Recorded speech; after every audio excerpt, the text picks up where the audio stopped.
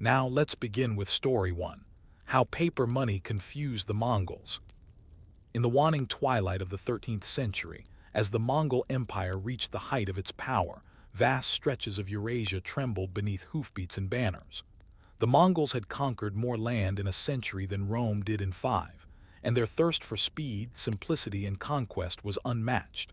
But one invention, quiet and deceptively harmless, would confound them more than 1,000 walled cities ever could. This was not a fortress. It was not a clever ambush. It was paper money.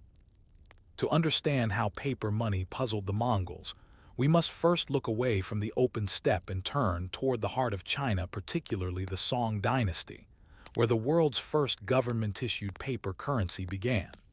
In the bustling markets of 11th century Sichuan, merchants began using jiaozi, privately issued notes, to avoid the cumbersome weight of metal coins.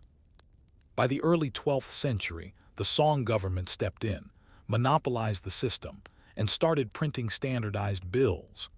These weren't merely receipts or IOUs. They were considered actual currency, backed not by precious metal but by imperial authority and elaborate bureaucratic processes. This was revolutionary, but also deeply rooted in administrative tedium. The Song government printed money on mulberry bark, stamped it with red seals, issued expiration dates, and carefully tracked it through a proto-accounting system that would make even the most seasoned modern clerk squint.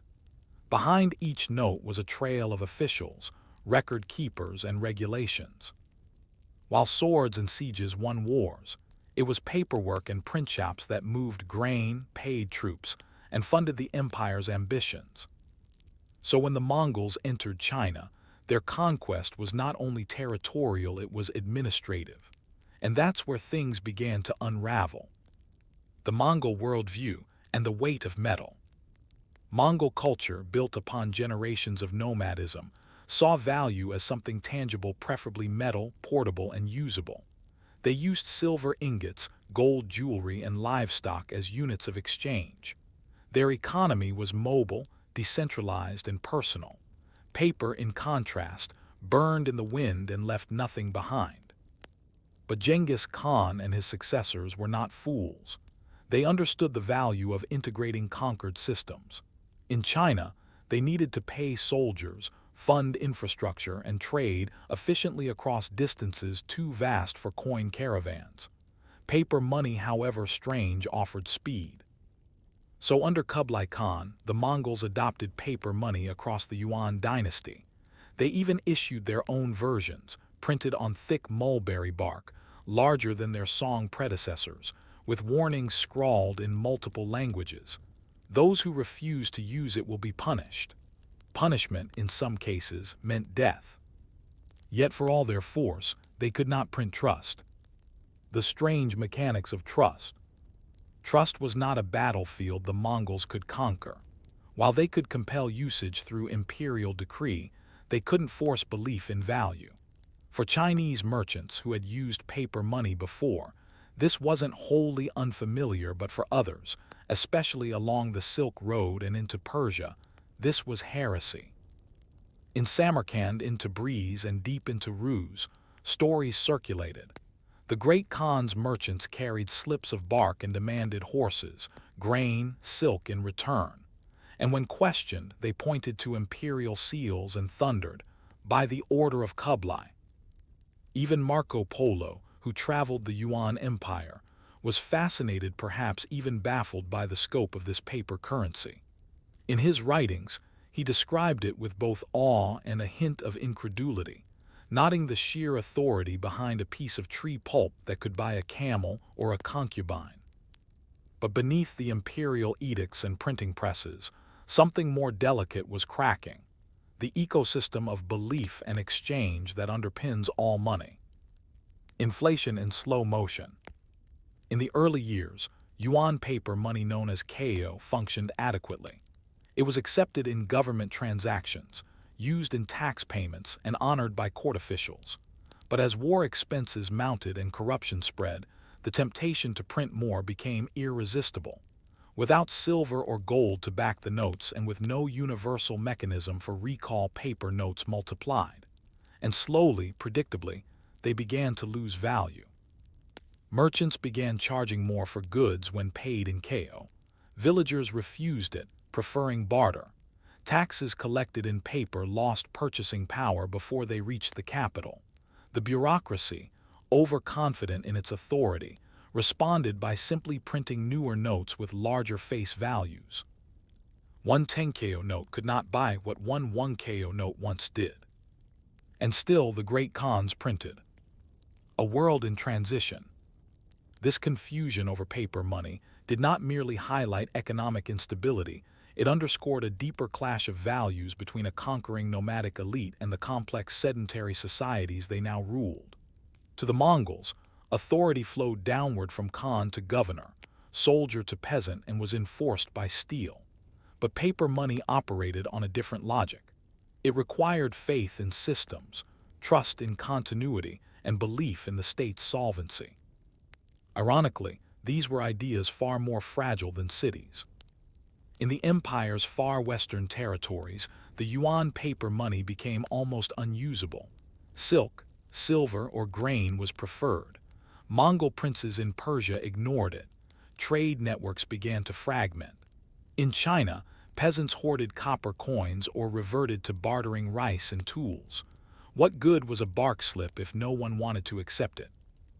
And yet this problem wasn't unique to the Mongols. Centuries later, revolutionary France, Civil War-era America, and Weimar Germany would all struggle with similar dilemmas. How much money is too much? What backs belief when gold runs dry? The Mongols didn't solve this puzzle. They printed, mandated, punished, and printed again. Their faith in imperial willpower strong enough to tear down dynasties was not enough to hold up an economy built on paper and trust. As the ink dried on yet another batch of worthless notes, a question quietly whispered across the steppe and cities alike. Can power alone create value? The year was 1275.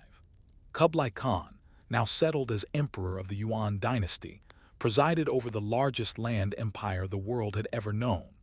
His palaces in Khanbalik, what we now know as Beijing, buzzed with the activity of Mongol nobles, Chinese ministers, Persian advisors, and Nestorian scribes. It was a kingdom of extraordinary diversity, held together not by shared culture or language, but by imperial will and military dominance. And in the center of that delicate web lay an idea that still felt unnatural to the steppe-born elite: paper money. The printing blocks churned day and night in the government mint.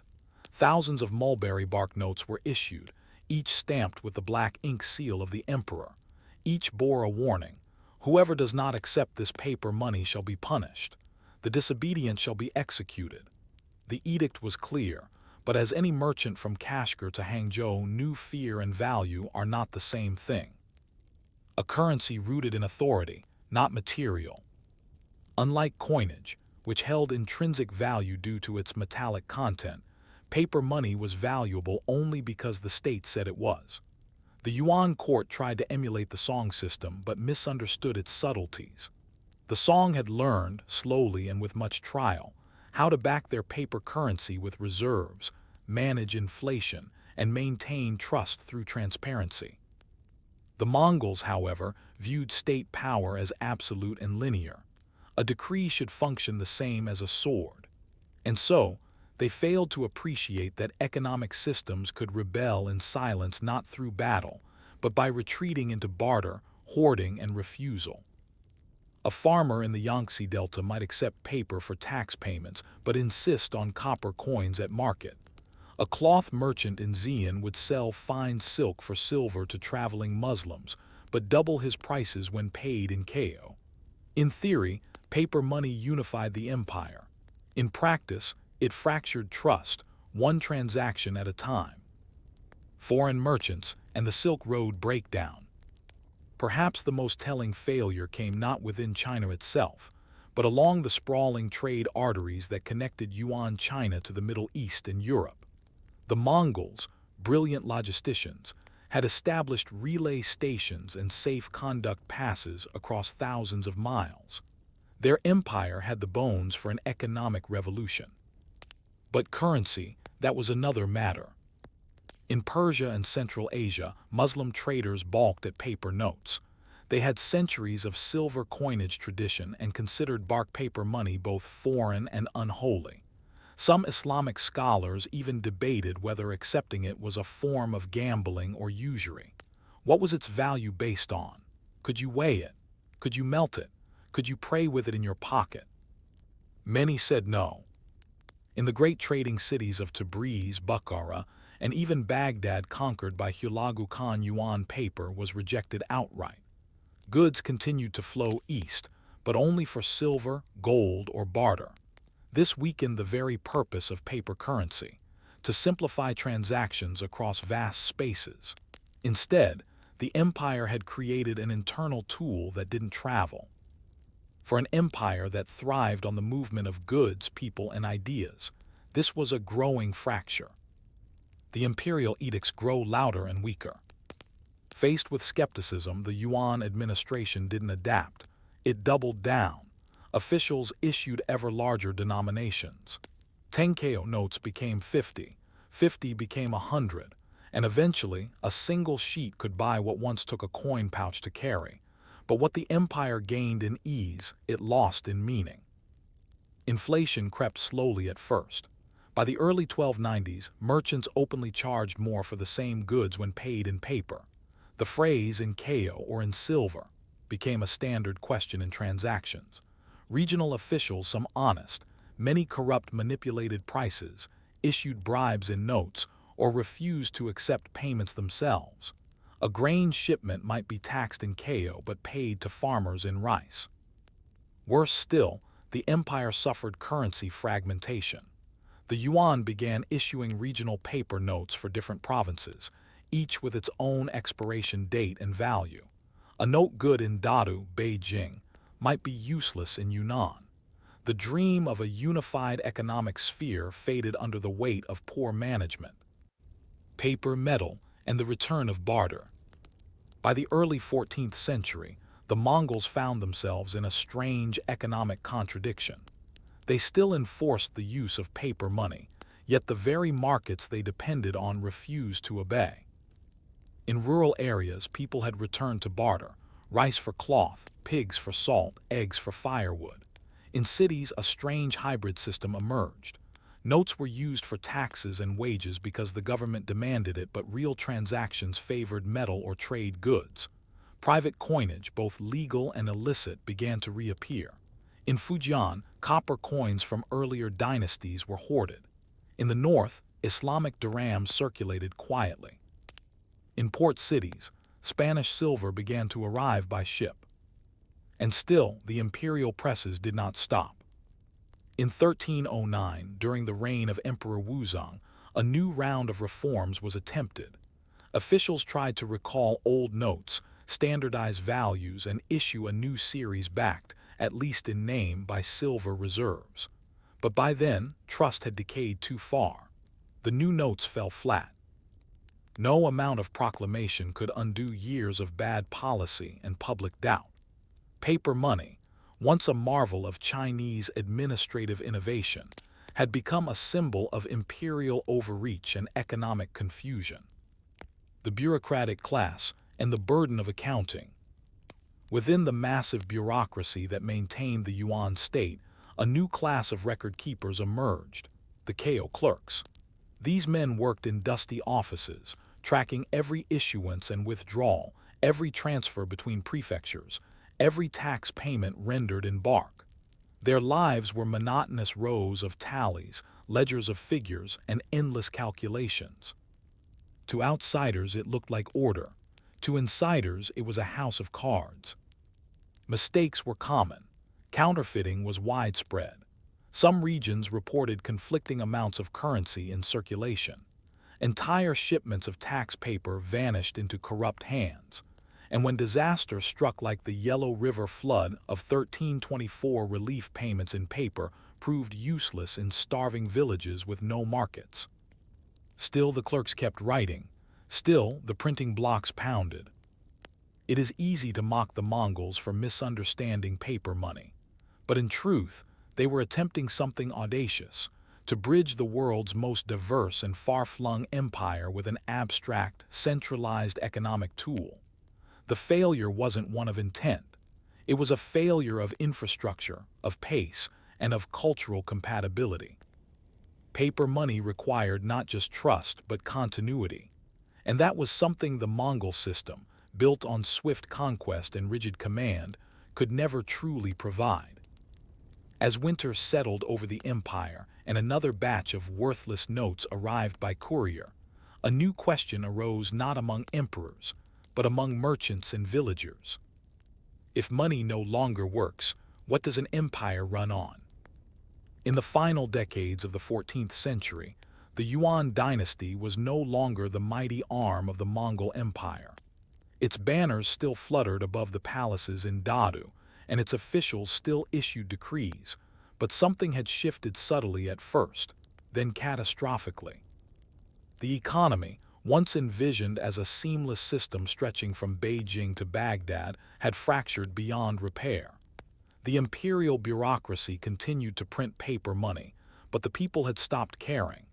In markets, in homes, in fields and harbors, the silent rebellion had taken root, non-compliance through disinterest. Currency was no longer a means of connection, it had become a source of confusion. The very instrument meant to unify an empire became its most potent symbol of disunity. The last notes of the yuan. By the 1350s, inflation in yuan paper money had reached stunning proportions. A loaf of bread that once cost a single ko could now require hundreds. But even these inflated notes were scarce in value, because trust, the real coin of any realm, was long spent.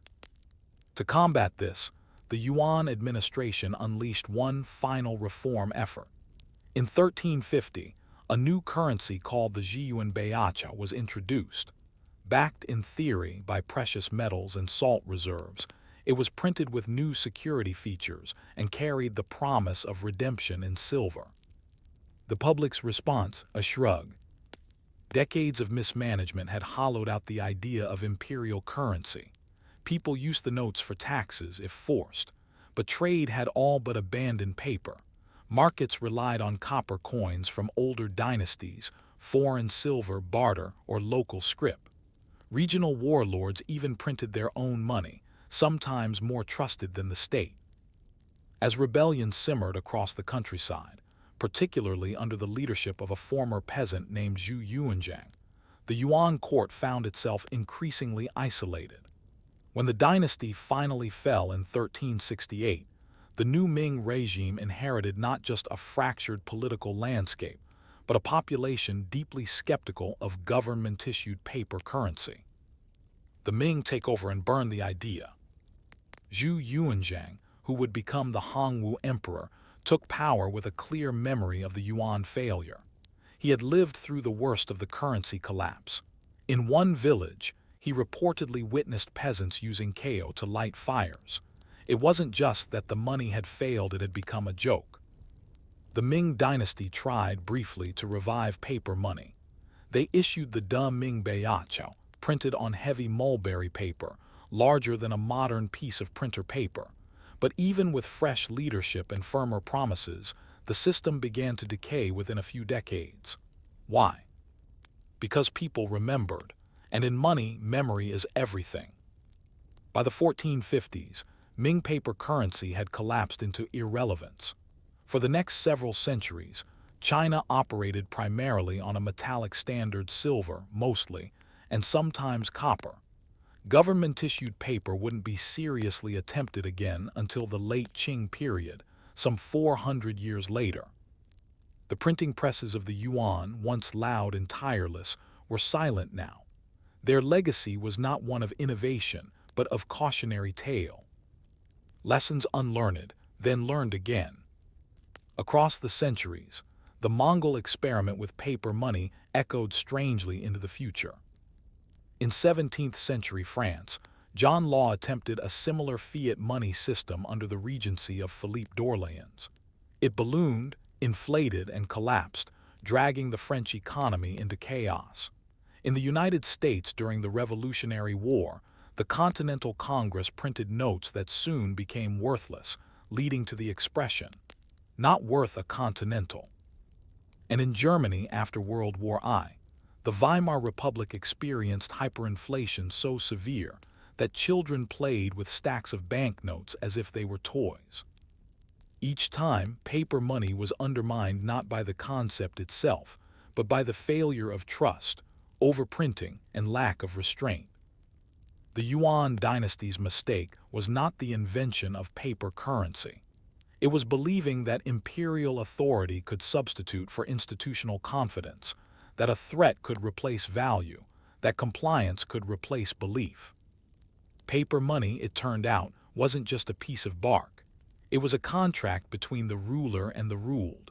And the Mongols, for all their brilliance in conquest, never truly understood contracts. The people remembered, even if the empire didn't. In dusty archives and fragile museum cases, a few original yuan notes survive today.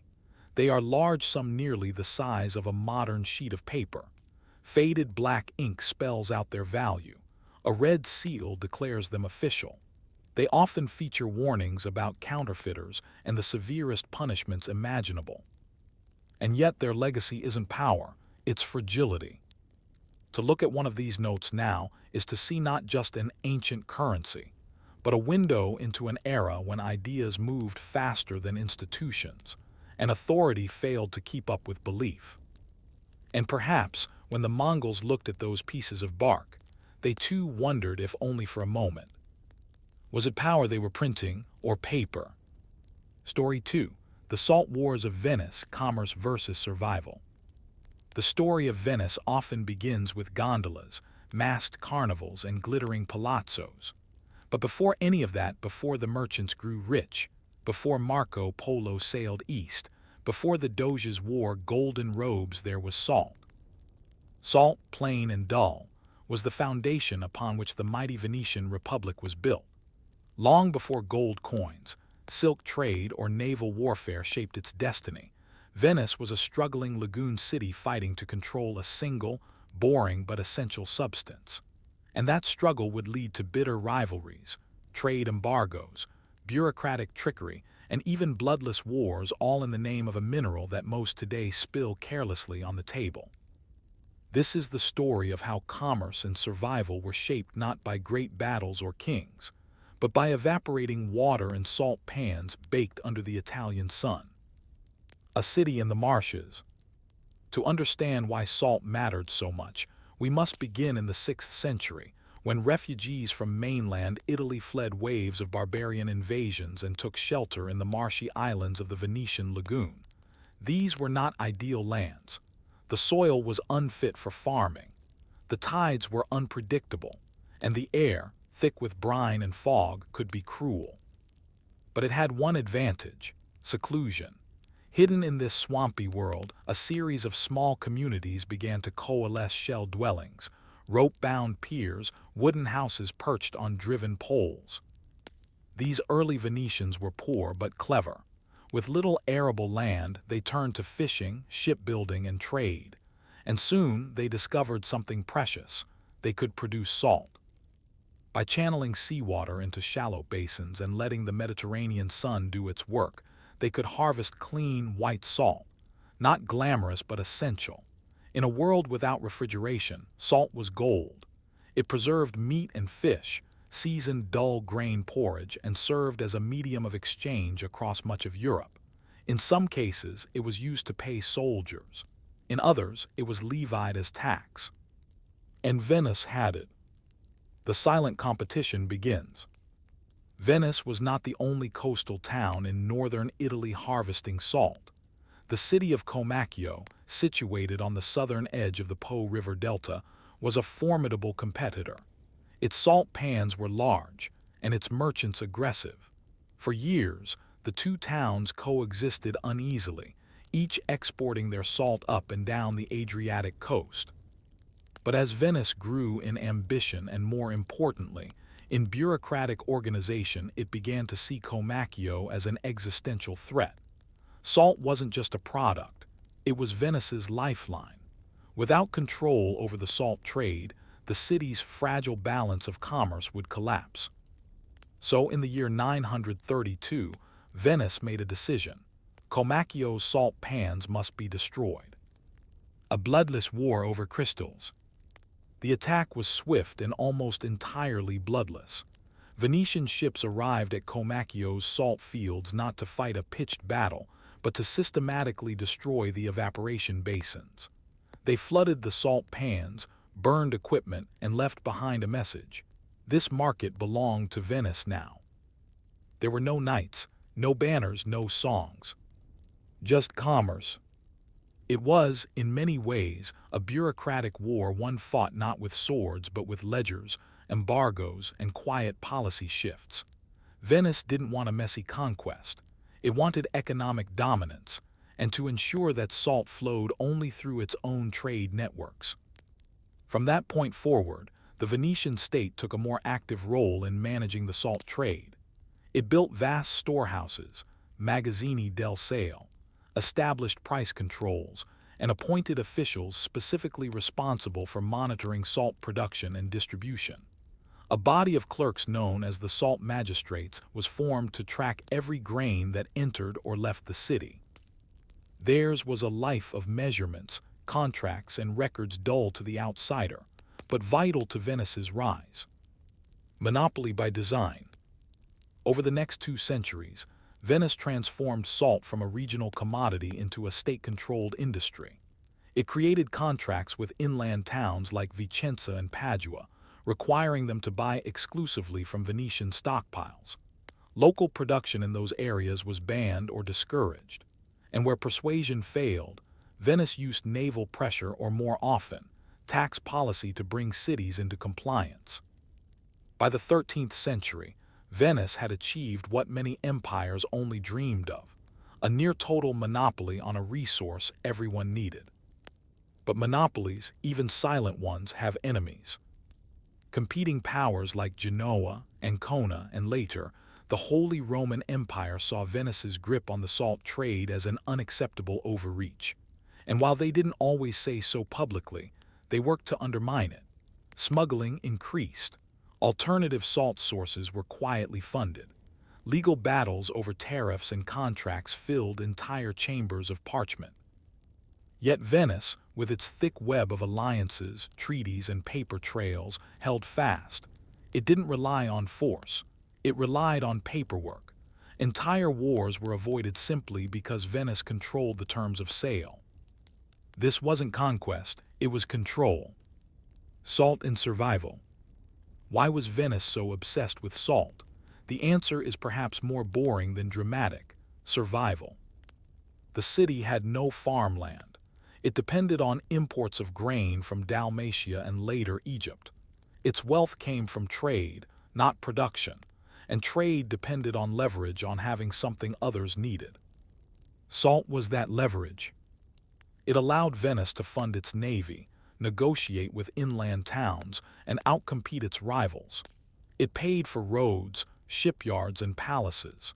It was embedded in nearly every economic transaction the Republic made. And unlike gold or silver, salt couldn't simply be mined. It required time, labor, and sunlight. It was steady but not easy. In this way, it suited Venice: slow, patient, bureaucratic. But even as the salt flows filled the warehouses, there was a growing worry inside the halls of power. What happens when people stop needing our salt?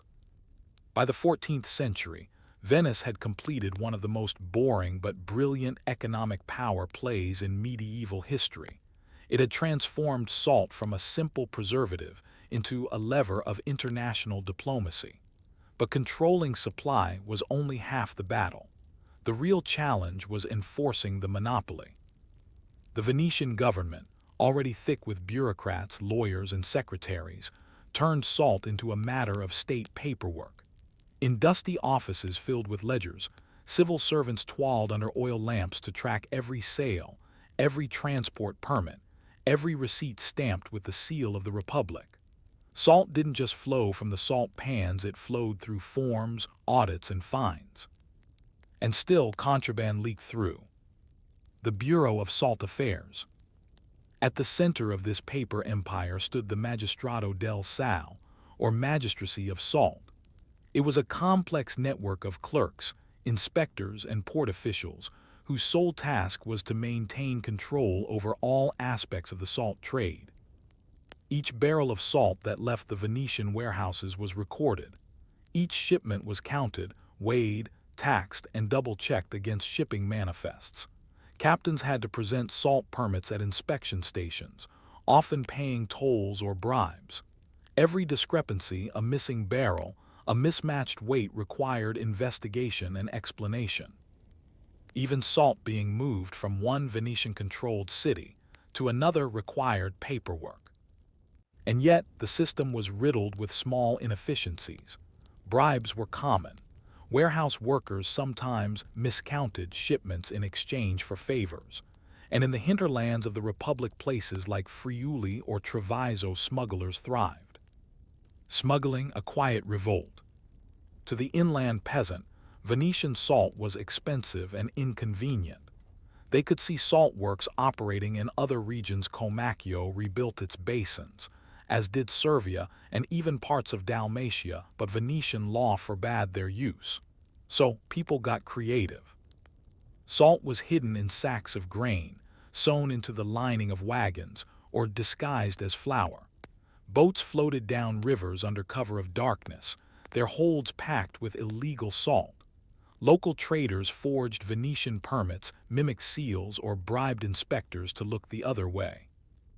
And in time, entire contraband networks formed, often supported quietly by rival states who resented Venice's grip. Genoa, Florence, even the Papal States occasionally winked at salt smuggling. In some cases, they funded it outright. This wasn't just petty crime, it was economic resistance. Punishment and confiscation. Venice responded with a mix of harsh laws and bureaucratic control. Smugglers, when caught, could have their goods confiscated, their property seized, and even be banished from Venetian territory. Captains found with untaxed salt were often barred from future trade, a punishment worse than fines. But catching smugglers was hard, and proving intent was harder. So Venice introduced collective penalties. If a village was found using contraband salt, the entire community might be fined. Local lords, even if uninvolved, were expected to discipline their people or face the Republic's economic wrath. In some cases, Venice embargoed entire towns until fines were paid. Yet the resistance persisted. It was quiet, uncelebrated, and deeply bureaucratic, a war not of armies, but of ledgers versus loopholes. Salt and the urban poor. For the average Venetian citizen, salt wasn't just a source of pride, it was a daily concern. The state issued rationed quantities of salt to poor households, often at subsidized prices. These rations were tracked through public records, updated weekly. Lines would form outside the Salaria salt shops, where clerks, armed with lists, checked off names and amounts. Missing a ration day could mean no salt for a week. Some families pooled their shares, others resold it quietly. In this way, even among the poor, salt became a microeconomy, tracked and controlled. The state's goal was not generosity, it was compliance. If citizens relied on state-distributed salt, they were less likely to seek black market alternatives and more likely to report others who did. A salt war that wasn't a war. In 1370, tensions boiled over when Ferrara, a rival inland state under the Este family, began developing its own salt industry along the Po River. Venice, seeing this as a direct threat, declared economic war. There were no battles in the traditional sense. Instead, Venice issued edicts prohibiting any Venetian or Venetian client state from importing Ferrara salt. Trade routes were monitored. Ferrara's merchants were blacklisted. A naval blockade was briefly considered but replaced with diplomatic pressure. This was a new kind of warfare, the embargo. It wasn't swords and fire, it was contracts, tariffs, and trade bans. Venice choked Ferrara's economy slowly, waiting for them to abandon their salt ambitions. Eventually, a truce was reached. Ferrara backed down. Venice retained its grip. No blood was shed, but the message was clear. Even rival lords had to bow before Venice's salt monopoly. The hidden cost of monopoly. Though profitable, the Venetian salt system came at a cost. The elaborate bureaucracy required to maintain control became bloated. Inspectors were overworked. Bribes became routine. Enforcement grew inconsistent. And in regions far from the lagoon, resentment built. More subtly, Venice's dependence on salt revenues made it vulnerable. A bad harvest of salt production depended on good weather, or a successful smuggling network could cost the Republic dearly. Worse, competitors were learning. France, Spain, and even the Ottoman Empire began forming their own salt monopolies, copying Venice's model. But they did so with improvements: more flexible pricing, broader distribution, better enforcement. Venice, in its rigid pride, remained stuck in the old ways. By the early 15th century, some in the Venetian Senate began to whisper, "What if salt isn't enough anymore?" As the 15th century waned, the Republic of Venice stood proudly on its pillars, poised like a marble lion staring east toward its trade empire. Its navy patrolled the Adriatic. Its merchants traversed the Black Sea. Its embassies whispered in the courts of sultans and emperors. But beneath this glittering mask of control, something more delicate was beginning to fracture the salt monopoly that had sustained Venice for centuries. The empire, built on evaporation ponds and clay-lined basins, was no longer quite so stable. And the story of its unraveling is not one of grand conquest or sudden ruin, but of quiet change, unheeded warnings, and the slow erosion of a once unstoppable system. Cracks in the brine. By the early 1500s, global trade was changing. The Portuguese had found sea routes around Africa, opening direct channels to India. Spain had stumbled into the Americas and begun mining silver at levels Europe had never seen. The Ottoman Empire controlled key eastern trade routes, and with them, many of Venice's former clients. Even salt, a commodity once safely nestled within the Republic's grip, began to flow from new sources. The French Atlantic coast, with its sprawling salt pans, offered cheaper options to northern Europe.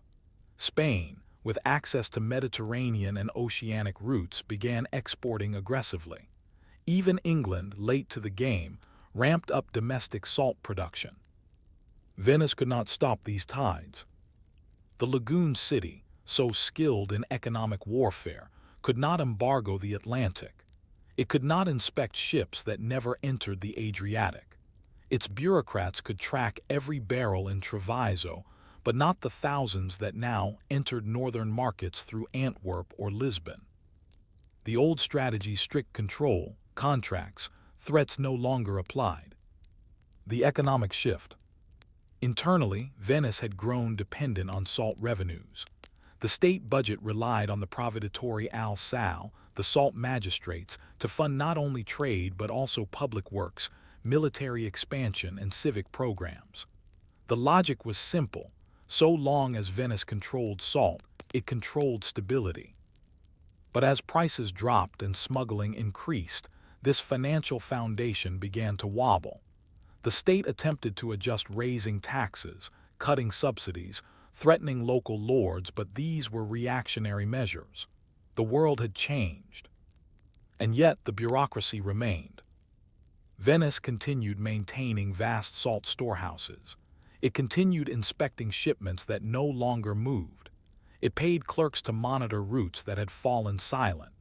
Even the once busy Salaria, state salt shops, in poorer districts of Venice saw fewer customers, as imported alternatives trickled in through foreign merchants.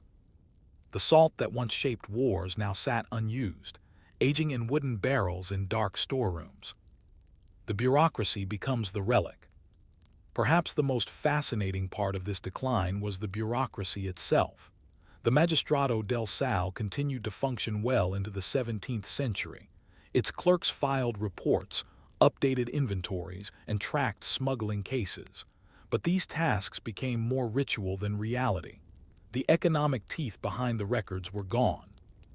Some officials began to joke that the Salt Office had become a kind of living museum, a place where ancient processes were still honored, even if they no longer mattered. Meetings were held, charts were drawn, but behind the ink and protocol, the power had vanished. Venice, in its pride, could not fully abandon the salt system. It had become part of the Republic's identity, a monument not to innovation, but to what once worked. A city built on brine looks elsewhere. By the late 1600s, Venice had shifted focus. Glassmaking in Murano, shipbuilding in the arsenal, and banking began to eclipse salt as core economic drivers. New taxes were levied on wine, textiles, and land. The Republic, aging but resilient, adapted slowly. The salt pans near Chioggia still glistened in the sun, but they were no longer the heart of Venice's power. Once, they had determined treaties, funded navies, and shaped entire markets. Now, they provided only a modest contribution, a ghost of past glory. Salt had once meant survival. Now it was just another trade good. Reflections in the fog. What remains most striking about Venice's salt history is not the rise or the fall, but the quietness of it all. This was not a tale of thunderous collapse. There were no riots in the Salaria. No grand declaration marked the end of the monopoly. It faded slowly, swallowed by history like fog returning to the lagoon. But its impact remained. Salt had taught Venice how to govern, how to enforce, how to control an economy without firing a shot. It had shown that power could flow through contracts and inspections just as surely as through armies. And it left behind something rare in medieval Europe, a working example of bureaucratic imperialism, conducted not with violence but with quiet rigor. Today, tourists walk past the old salt storehouses, unaware of their significance. The clerks are gone, the barrels are empty, but the lesson lingers dry and crystalline. Even empires can be built on the slow work of drying seawater, and undone by the quiet erosion of trust and time. Story 3. The bureaucrat who counted beans in the Tang dynasty. It is easy to imagine history as a series of dramatic battles, golden palaces, or emperors on thrones. But more often than not, the machinery that shaped empires wasn't forged in fire, it was written in ink. In a modest office somewhere in the heart of the Tang dynasty's sprawling administration, a man hunched over a bamboo ledger. His task wasn't noble. It wasn't exciting. It was to count beans. Not metaphorically, literally. He was a state-appointed grain clerk, one of many in the bureaucracy tasked with tracking food rations, measuring shipments of dried legumes, and ensuring that every storage bin from Chang'an to the hinterlands was filled according to quota. His name is lost to time, but his life, dull, orderly, vital, helped keep one of the greatest empires in history standing tall. This is the story of how beans, paperwork, and silent bureaucracy fed a dynasty.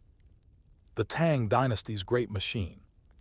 At its height in the 7th and 8th centuries, the Tang dynasty governed a massive, diverse empire stretching from the eastern seaboard to the edge of Central Asia. Its capital, Chang'an, was the most populous city in the world at the time, a grid-planned metropolis of over 1 million people, bustling with markets, scholars, foreign merchants, and diplomats from as far away as Byzantium.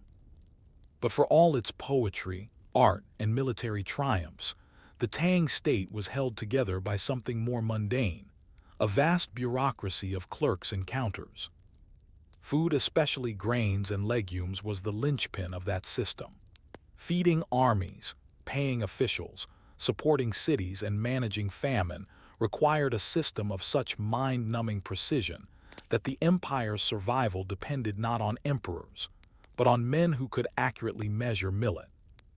Beans as bureaucracy. In Tang China, grain and legume rations functioned as both food and money. Officials were paid in measured quantities of beans or rice. Soldiers received food allotments in carefully recorded bundles. Temples, orphanages, and government granaries operated under strict distribution codes. This is where the bean counters came in. Each province had a local revenue office, Chinese letter, Chinese letter, Chinese letter, Chinese letter, with clerks assigned to different categories of foodstuffs. Some tracked rice, others focused on wheat, but one small group specialized in legumes, soybeans, mung beans, lentils, and adzuki beans. These beans were not glamorous. They weren't feasts for the court, but they stored well, could survive drought, and were ideal for sustaining officials in far-flung posts. So every quarter, the bean clerks received inventories from local granaries written on bamboo slips, tied together in bundles, inked in neat columns. Their job: reconcile the numbers, identify discrepancies, issue instructions, all while ensuring that no region overreported or skimmed from the state. It was, quite literally, a job of watching beans move on paper. A day in the life of a Tang grain clerk. Imagine the office. Wooden shelves hold tightly rolled scrolls. An abacus sits beside a lamp, its beads worn smooth by constant calculation. The clerk's robe is plain, stained at the cuffs with ink. He arrives at dawn, already behind schedule. First, review reports from the western provinces. The prefecture of Songzhou has reported an excess of 1,300 du, a unit of volume of dried soybeans. But is it real, or a mistake, or a cover for misappropriation? Next, draft a memo requesting clarification. Use formal bureaucratic language. Reference last month's audit. Midday, tally the figures for the regional distributions to military garrisons. 40 garrisons, each with different rations. Cross-reference against army size. Calculate storage decay from humidity. Afternoon, write a dispatch to Chang'an requesting an emergency shipment to a monastery in drought-stricken Shu. Evening, recheck the entries for the coastal district of Jinzhou, which mysteriously reported exactly 10,000 du for 5 months in a row. An unlikely coincidence. No battles, no speeches, no drama. Just bean math. Checks, balances, and the paper trail. The Tang bureaucracy operated on a multi-layered verification system. Reports from regional offices were audited by prefectural supervisors. Those reports went to provincial capitals, then to the capital ministry, then, if large enough, to the imperial secretariat. Clerks at each level had to copy and verify records. Bamboo slips were often rewritten 3 or 4 times in the process, each copy slightly less legible than the last. But every number had to match. Every calculation had to reconcile. A missing 100 du of lentils might not seem like much, but in a bad winter, that was the difference between soldiers deserting or staying. So the bean counters persisted. They did not seek glory, they did not write poetry, but they kept the empire's stomach from grumbling. When beans went missing, despite the system's rigidity, errors and corruption were constant companions. Some prefects inflated their numbers to curry favor. Others underreported to hoard food during poor harvests. Storage clerks sometimes sold government beans on the side, pocketing silver and falsifying records. Mildew and moisture often ruined entire stores, but no one wanted to report it, fearing punishment. In these cases, auditors were sent men with sharp eyes and dull personalities. Their mission: reconcile the beans. They recounted barrels, weighed shipments, cross-checked documents. A good auditor could tell, by smell alone, if the beans had sat too long. They carried with them official seals, red wax, and the authority to penalize officials caught lying. Most did not wield swords. They wielded abacuses and penalties. But their findings could ruin careers or save regions from disaster. The hidden power of boredom. To many, these clerks were invisible. Their names were rarely remembered. They did not build monuments, but their decisions shaped the movement of food, the stability of prices, and the prevention of famine. They decided where grain moved and where it didn't, who received beans and who went without. In bad years, their quiet interventions prevented riots. In good years, they ensured surpluses reached the right temples and towns. And so, in the slow turn of centuries, bean by bean, the clerks of the Tang held the empire together. One tally mark at a time. But one question lingered in the quiet scroll rooms of Chang'an. What happens when the beans no longer add up and no one wants to do the counting anymore? By the mid-8th century, the Tang dynasty was a marvel of order on paper. Grain flowed, armies marched, and the capital city of Chang'an radiated with power. But beneath the surface of meticulous bureaucracy, beneath the scrolls, the bean counts, and the wax seals was a growing problem. The system only worked as long as reality matched the numbers. And reality in time stopped cooperating. This is the story of how drought, war, and clerical inertia collided to test the limits of the Tang dynasty's most mundane foundation, its bean-counting bureaucracy. The Great Drought and the silence of the ledgers. In the year 750 CE, large portions of northern China experienced a multi-year drought. Rainfall failed, rivers shrank, crops, especially legumes and millet, withered in the fields. In theory, the state had plans for this. Emergency stores were built precisely for such scenarios. Auditors had records of surplus beans. Officials knew where to redirect food. But in practice, the numbers didn't help. Many of the surplus stockpiles existed only on paper. Over the years, clerks had padded inventories. Storage officials had failed to report rot. In some cases, barrels had been sold on the black market but never subtracted from ledgers. When messengers arrived in provincial capitals with urgent requests, 5,000 due of lentils needed for Luoyang, the response was often confusion. One official's reply survives in a Tang record. The beans listed in the account do not exist in this province. The granary was damaged 3 years ago. No report was filed. We regret the inconvenience.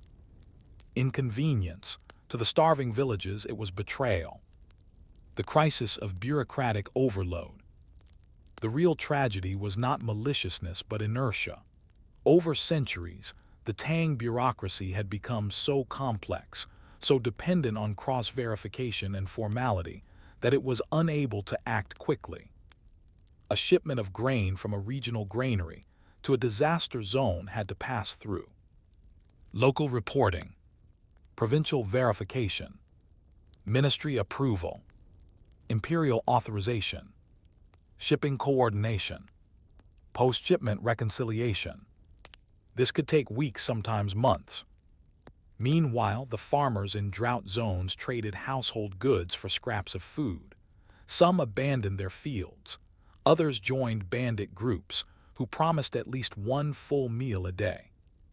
The clerks, still bound to their scrolls, continued writing, awaiting confirmation of shipment. Discrepancy noted, audit scheduled. Please resubmit bean totals in triplicate. Then Lushan rebellion, when counting stopped.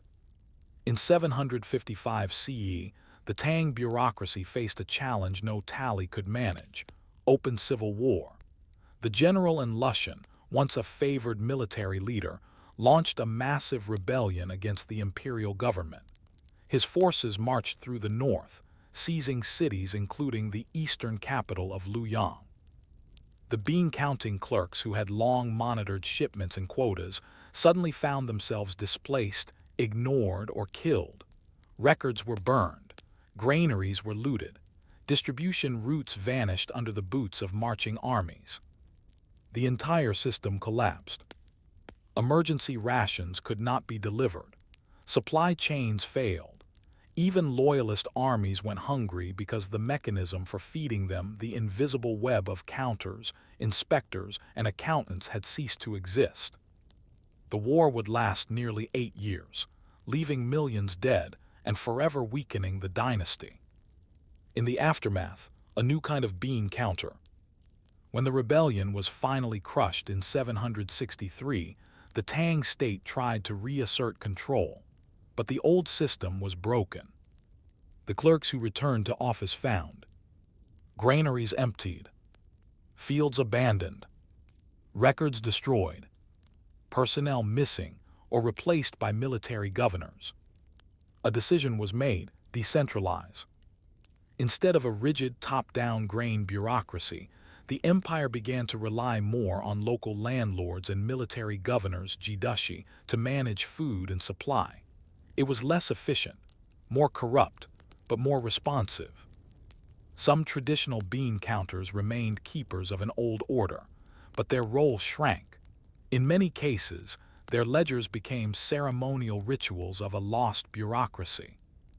One bitter clerk wrote, in a surviving margin note, "We used to feed cities from our ink. Now the generals feed them with swords." What the beans couldn't measure. The Tang bean counters believed in a world where everything could be quantified: people, rations, roads, taxes, and time. But in crisis, their measurements failed them. Not because the math was wrong, but because humans do not always behave according to plan. Farmers hid food, officials lied, bandits stole, war rewrote supply lines.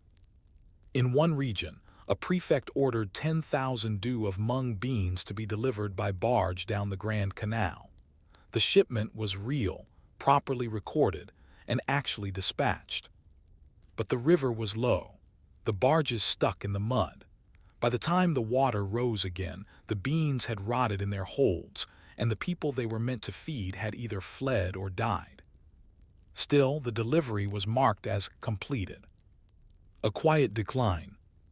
By the late Tang period, the once great bean bureaucracy had faded. Tax reforms shifted emphasis away from food-based payments. Currency and conscription replaced grain rations and quotas. New generations of scholars focused on literature and philosophy, not ledgers. The scrolls of the bean counters were stored, archived, or discarded. Some became fuel in cold winters. Others were repurposed as scrap paper for poetry drafts.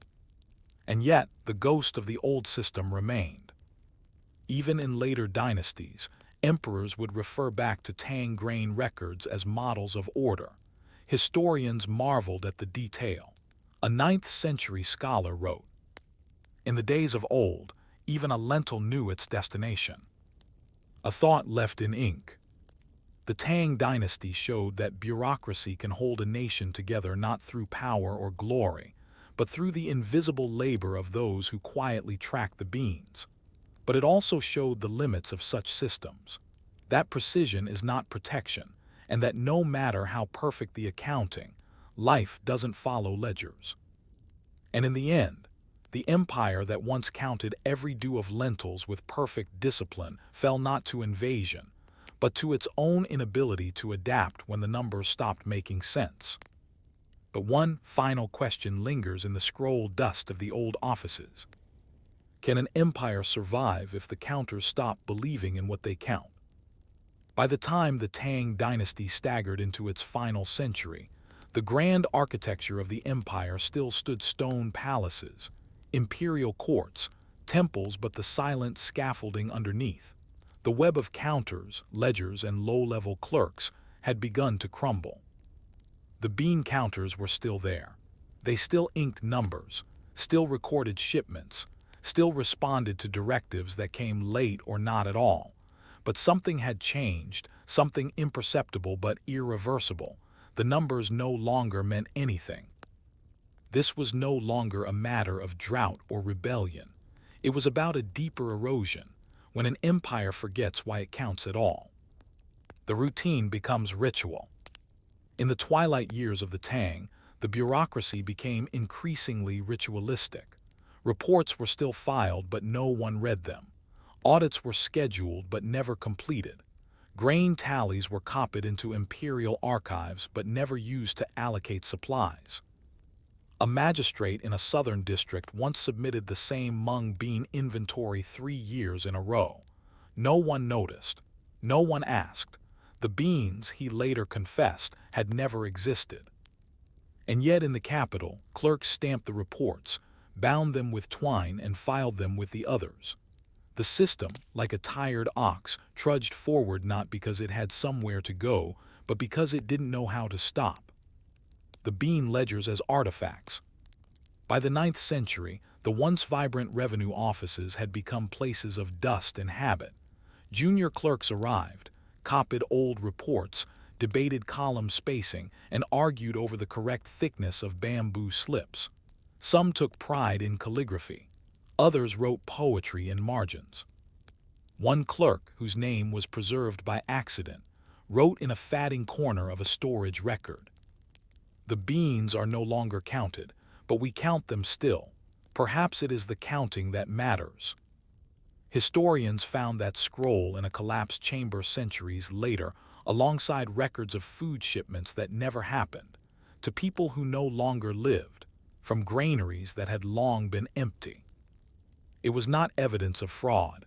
It was something stranger, faith in form even when substance was gone. A bureaucracy that survived the empire. When the Tang dynasty officially ended in 907 CE, replaced by the fragmented Five Dynasties period, there were no mass executions of bean counters, no burning of grain offices, no abolition of legume tallies. Why? Because no one remembered to stop them. Some regional governments simply inherited the clerks. Others absorbed them into new regimes. A few stripped of purpose became wandering scribes, offering their skills in calligraphy and numbers to landlords, merchants, or temples. In one case, an old Tang record keeper was hired by a Buddhist monastery to track rice offerings. He used the same tables and units he had learned under the dynasty Du, Sheng, and banned though no one else in the temple understood what they meant. But he insisted, this is how order is maintained. The ghost in the system. For centuries after the fall of the Tang, fragments of the old grain bureaucracy continued to echo through Chinese administration. Later dynasties like the Song and Ming would reform the system, introduce new measurements, better record-keeping, and metal-based tax payments. But they often cited the Tang model. It became a reference, a ghost, a standard even though it had failed. Because the idea behind it was still appealing, that with enough ink and enough columns, you could manage an empire's hunger, contain chaos, and predict the future. And for a time, they weren't wrong.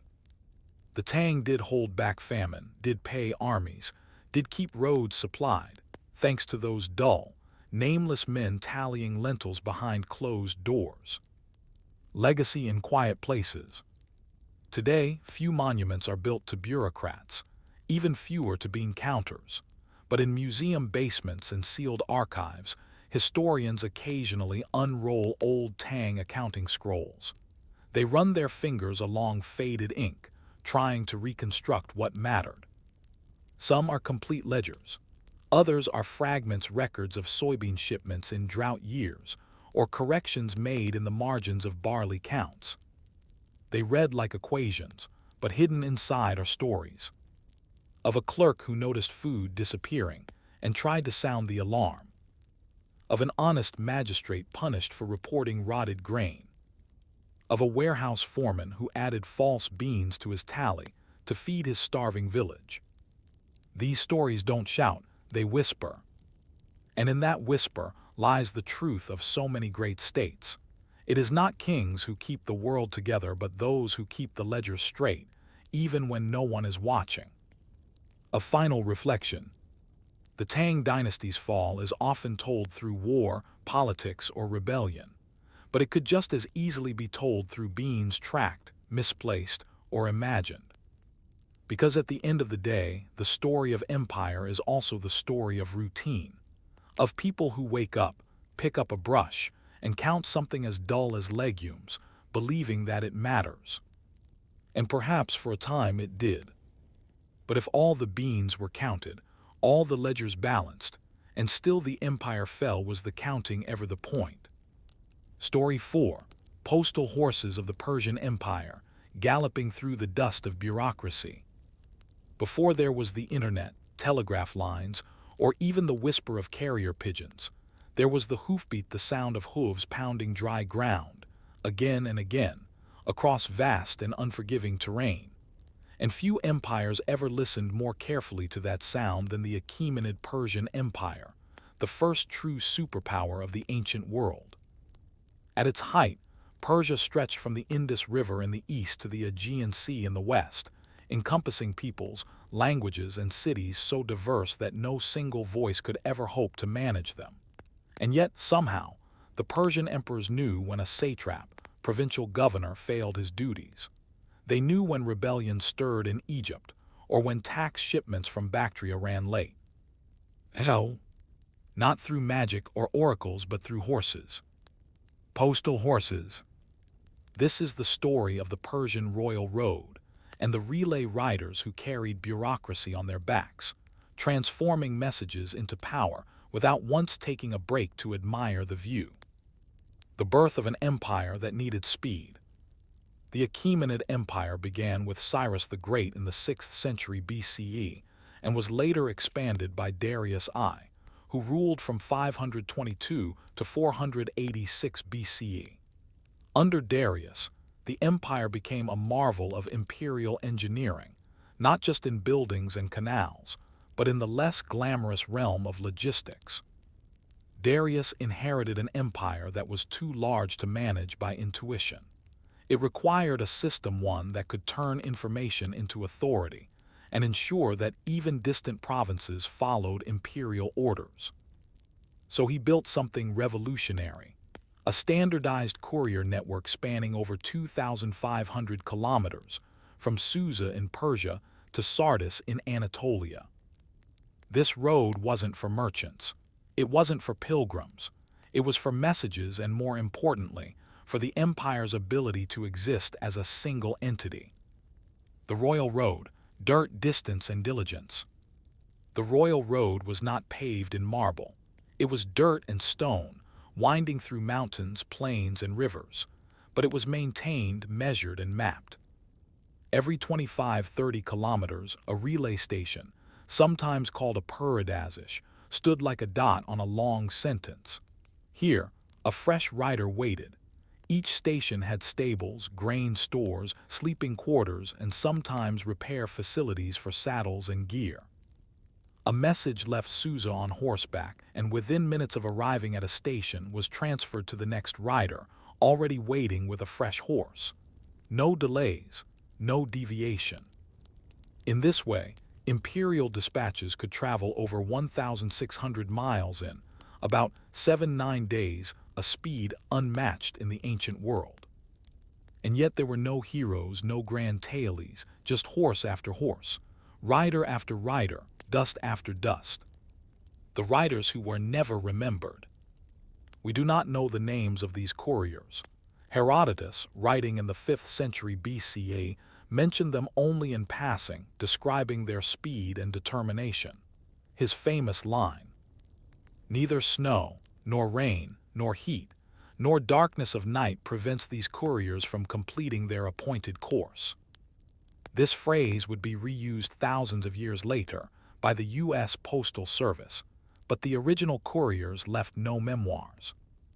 Their work was purely functional. They were not messengers of love or literature.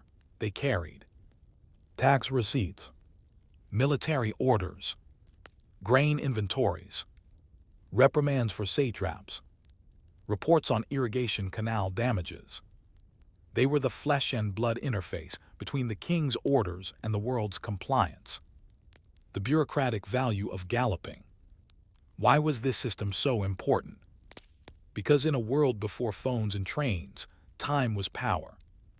If a satrap in Egypt began defying orders, the king in Persepolis needed to know before rebellion took root. If locusts ruined the wheat fields of Media, the central treasury had to adjust grain distribution for winter. These were not luxuries, they were imperial survival mechanisms. The courier system meant that a centralized bureaucracy could function across lands too vast to walk, too diverse to rule by fear alone. It allowed scribes to copy reports, seal them in clay, and trust that the king would read them before the situation became irreversible. The relay system was not just fast, it was predictable. Each station had a schedule, a rotation, and a set of logs. If a rider was late, the next station noted it. If a horse went lame, that too was reported. The system monitored itself. This wasn't just communication, it was accountability on horseback. Clay, wax, and seals, the messages themselves. The messages were usually written on clay tablets, parchment, or wax-coated wooden boards. They were sealed with cylinder seals, tiny engraved rollers that identified the sender and validated the message. No one read the messages mid-route. Couriers were not permitted to break the seal. Doing so was a crime, sometimes punishable by death. A rider might carry a message for 30 kilometers, spend 10 minutes transferring it, then return to his station to rest. He would never know what the tablet said. Perhaps it contained orders to supply 200 new horses. Perhaps it informed a satrap of his demotion. Perhaps it was a simple update. Rains have come late. Expect delay. The message didn't matter to the messenger. The delivery did. The dull triumph of maintenance. While empires often celebrate their architects and generals, the real achievement of the Persian system lay in its ability to maintain this network across decades and successions. Relay stations had to be stocked year-round. Roads had to be inspected for wear, cleared after floods, repaired after rock slides. Horses needed feeding, grooming, replacing. Riders were selected, trained, and rotated. This was not exciting, it was routine, but in that routine lay the endurance of an empire. Modern historians consider the Persian courier system the first instance of state postal organization, but more accurately, it was a lesson in how logistics outlast charisma. But one wonders, in all those thousands of gallops, dust trails, and sealed wax messages, did any courier ever stop to ask, "If I don't understand the message, how do I know it matters?" The Achaemenid Empire was a civilization of scrolls and silence, of clay-sealed commands and hoofbeats across parched roads. The royal road, stretching from Susa to Sardis, didn't just carry messages, it carried expectation, compliance, and a peculiar kind of bureaucratic presence. We explore the infrastructure, people, and hidden fragilities behind that invisible thread of imperial control. Because while the horses galloped and the messages moved, the whole system rested on balance between control and distance, silence and understanding, efficiency and exhaustion.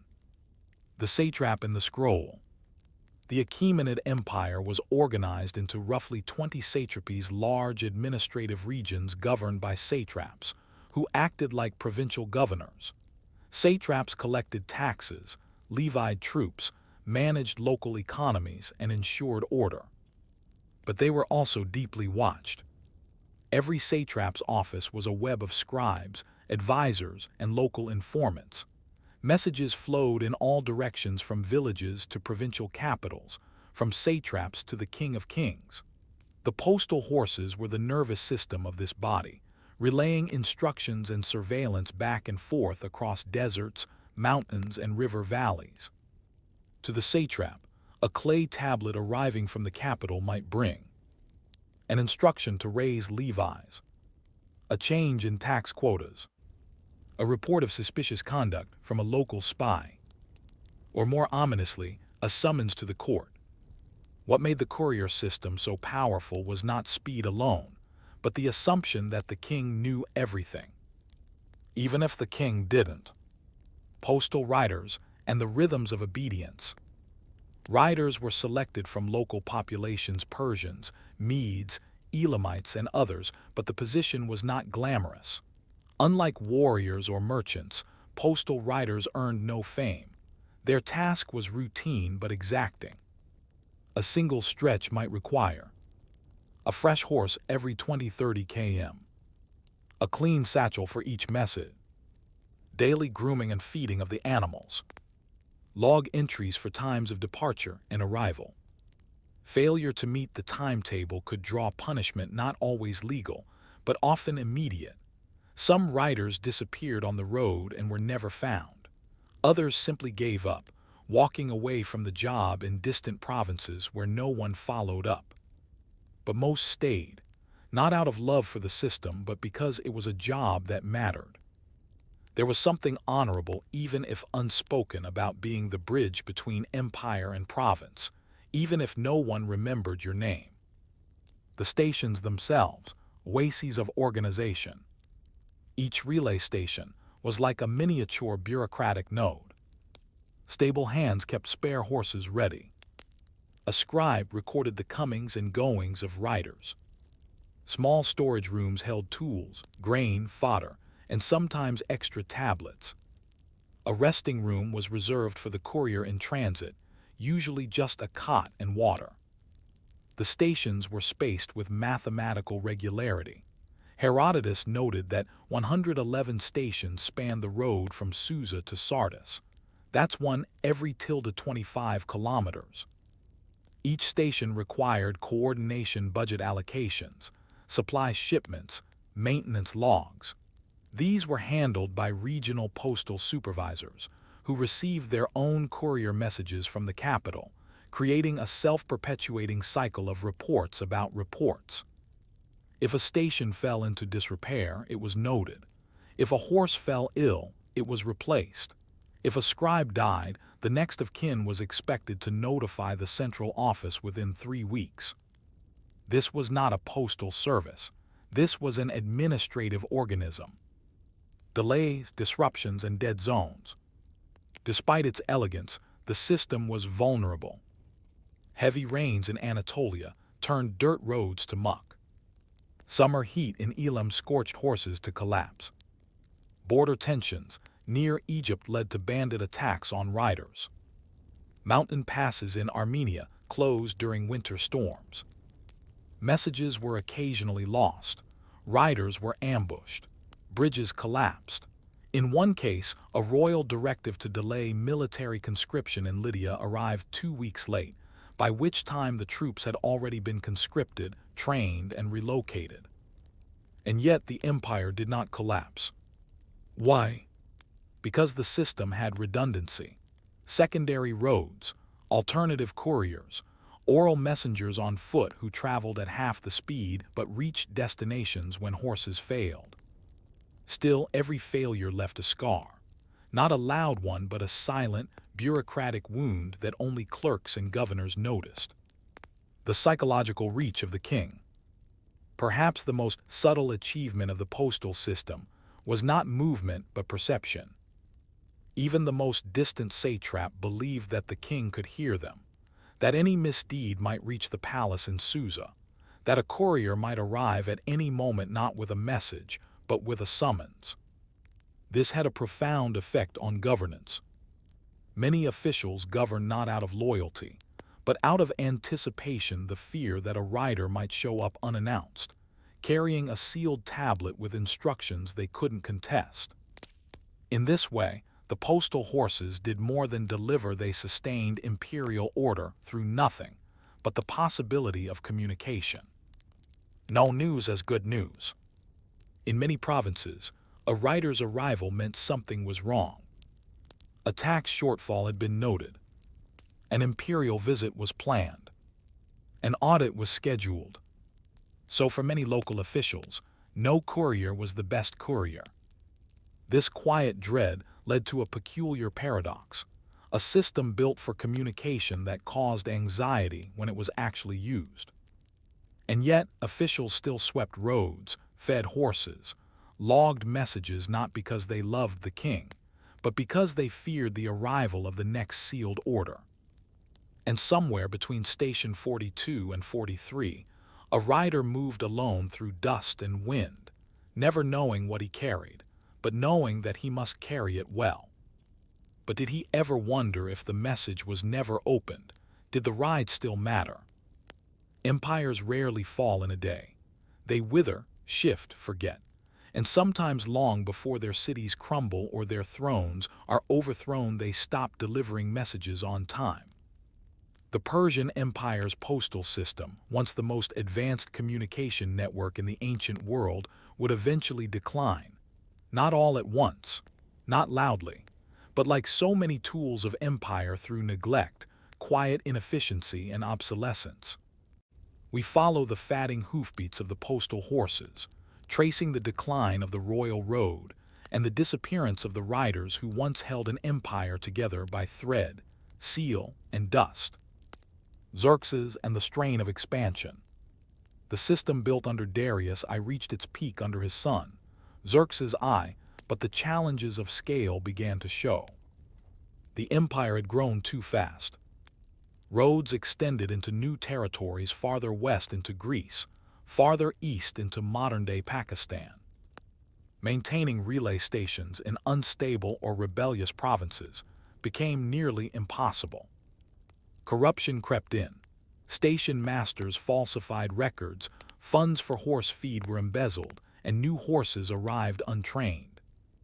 Worse still, new demands overwhelmed the system, messages concerning troop movements for the Greco-Persian Wars, requisitions for massive construction projects, census and taxation, reports from multiple regions, internal surveillance on dissenters.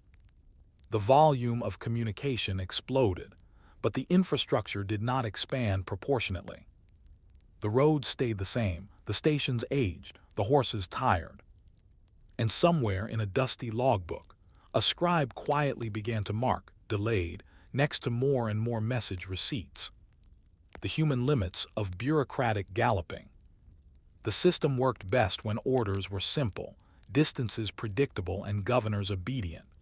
But when unrest grew, when Egypt rebelled, when Greek cities resisted, when soldiers questioned their pay, the postal system carried not order but panic.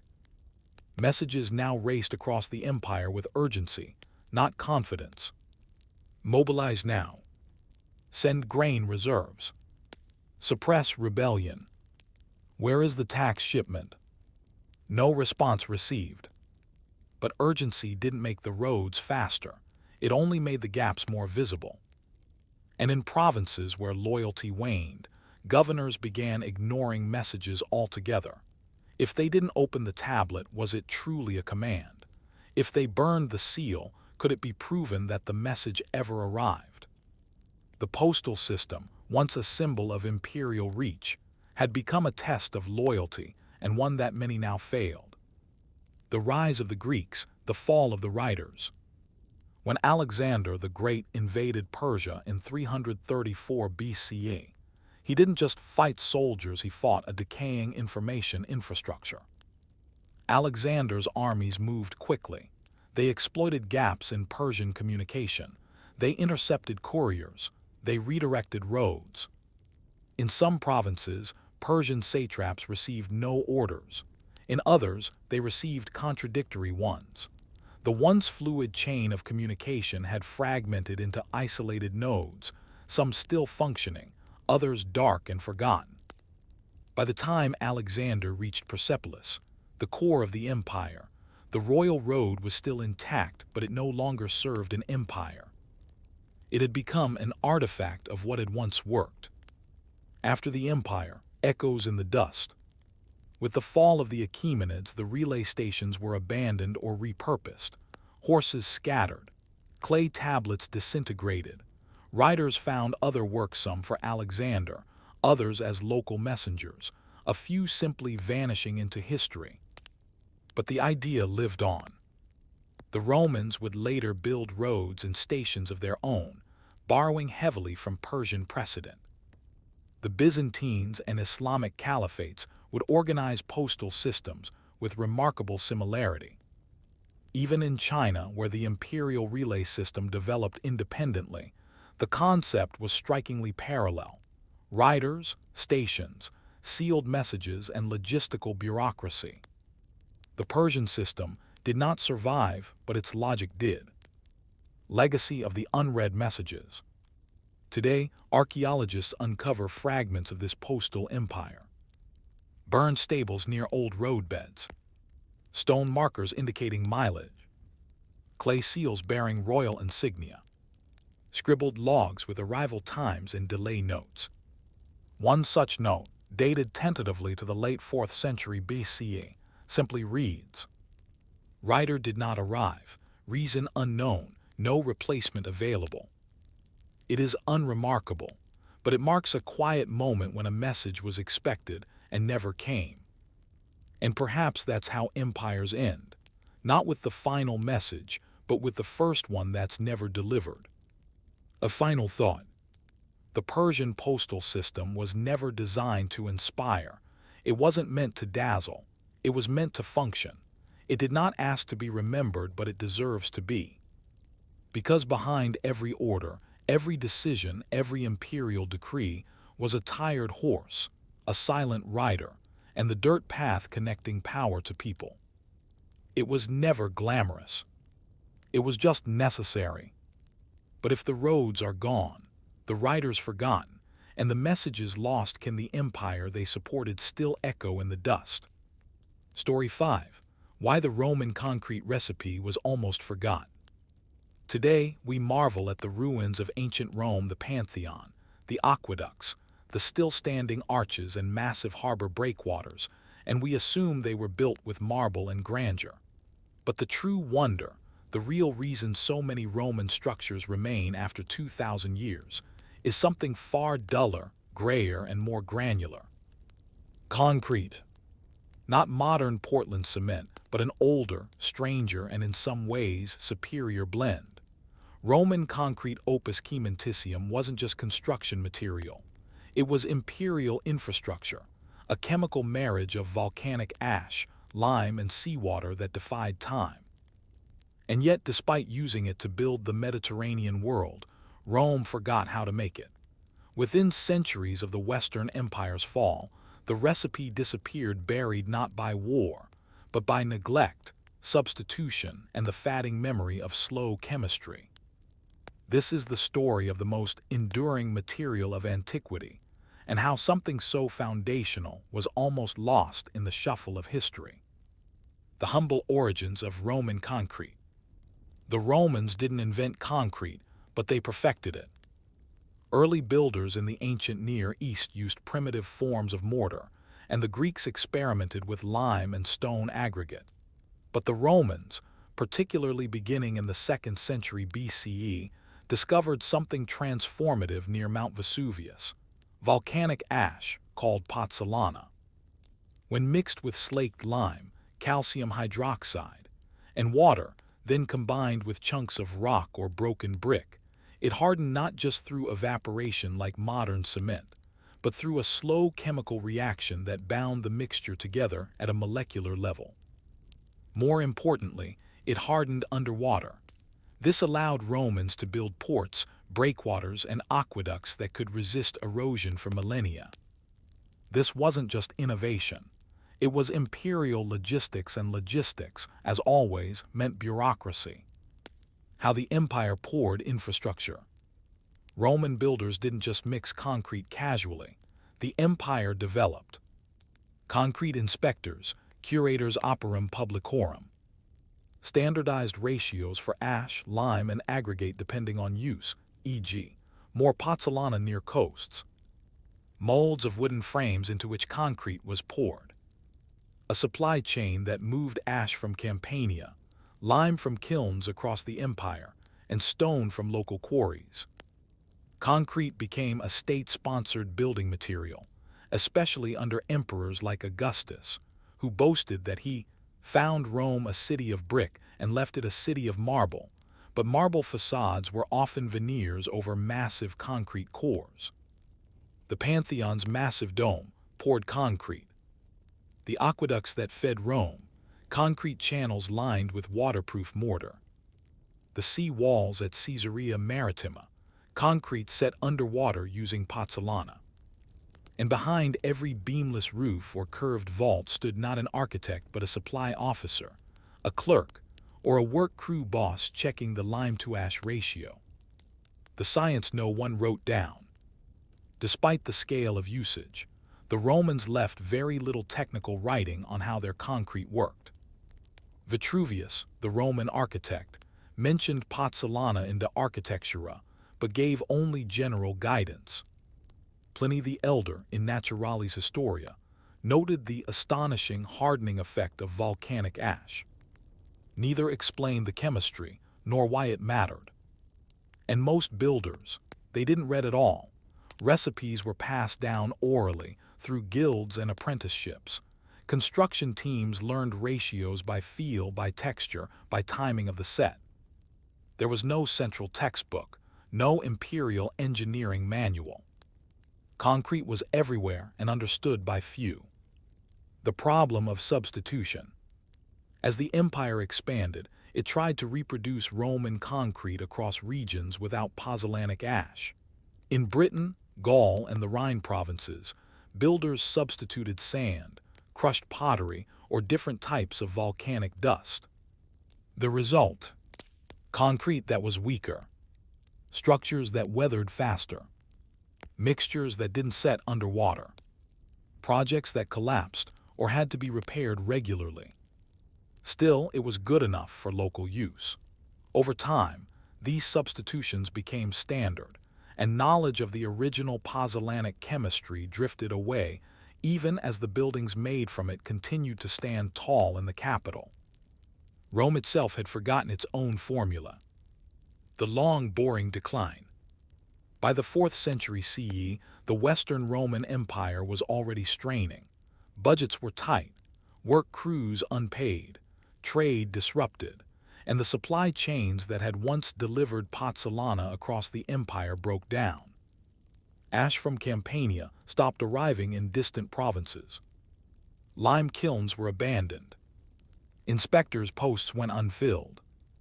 Molds fell into disrepair. Craftsmen migrated, retired, or simply died.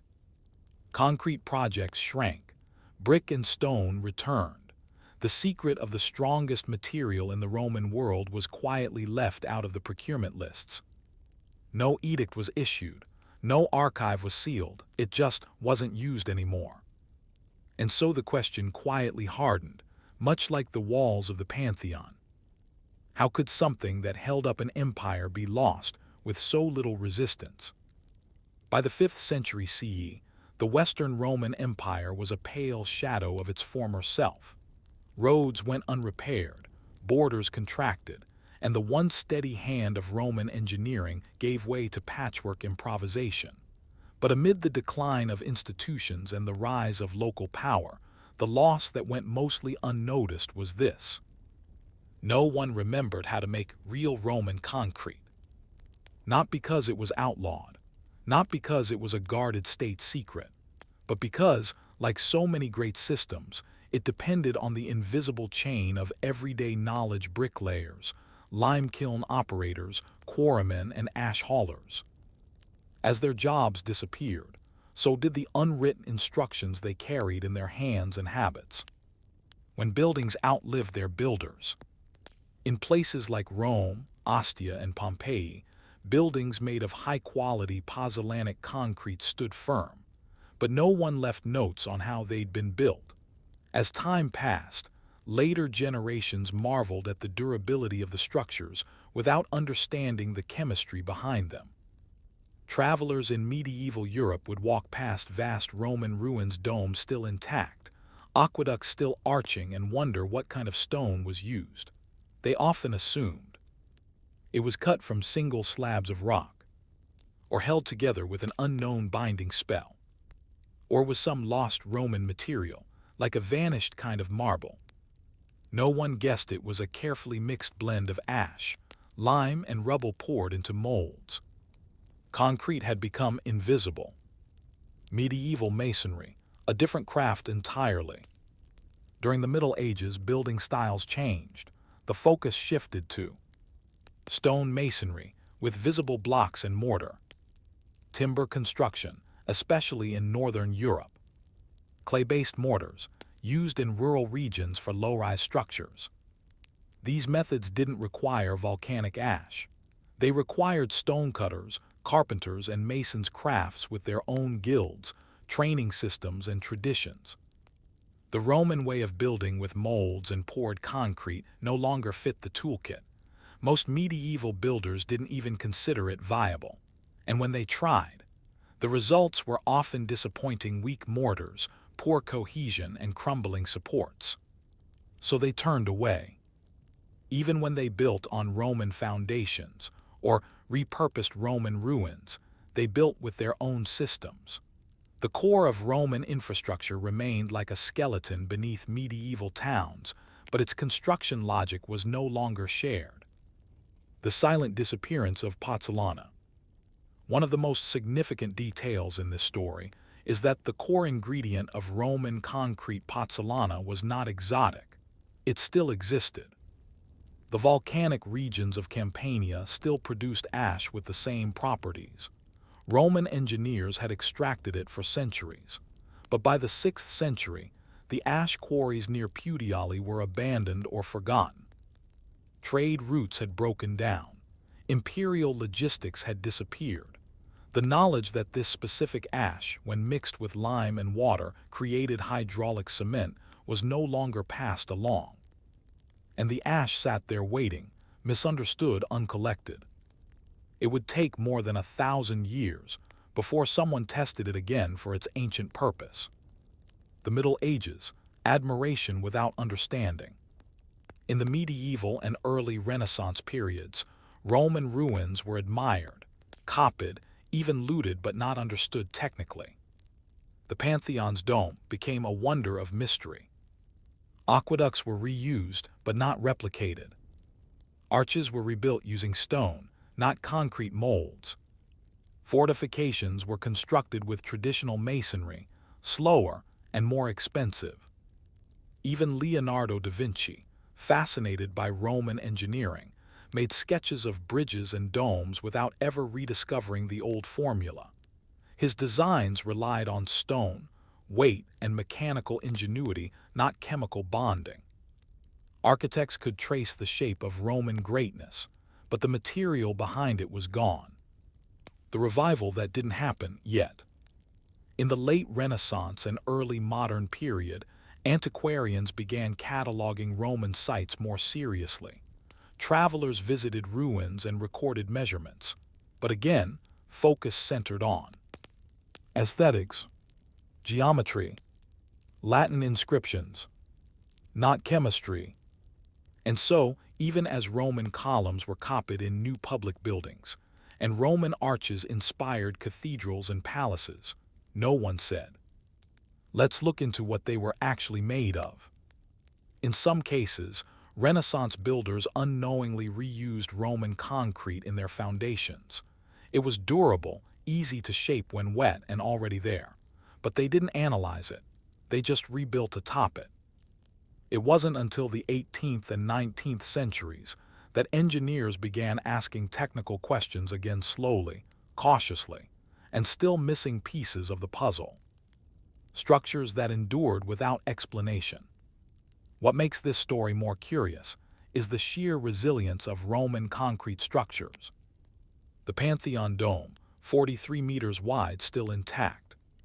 The aqueducts of Nimes, still standing after 1,900 years. The harbor piers at Portus and Caesarea, still resisting waves. Vaulted Roman baths, cisterns, and tombs that withstood time better than their medieval successors. How? Because the pozzolanic reaction in Roman concrete doesn't just set the structure, it evolves.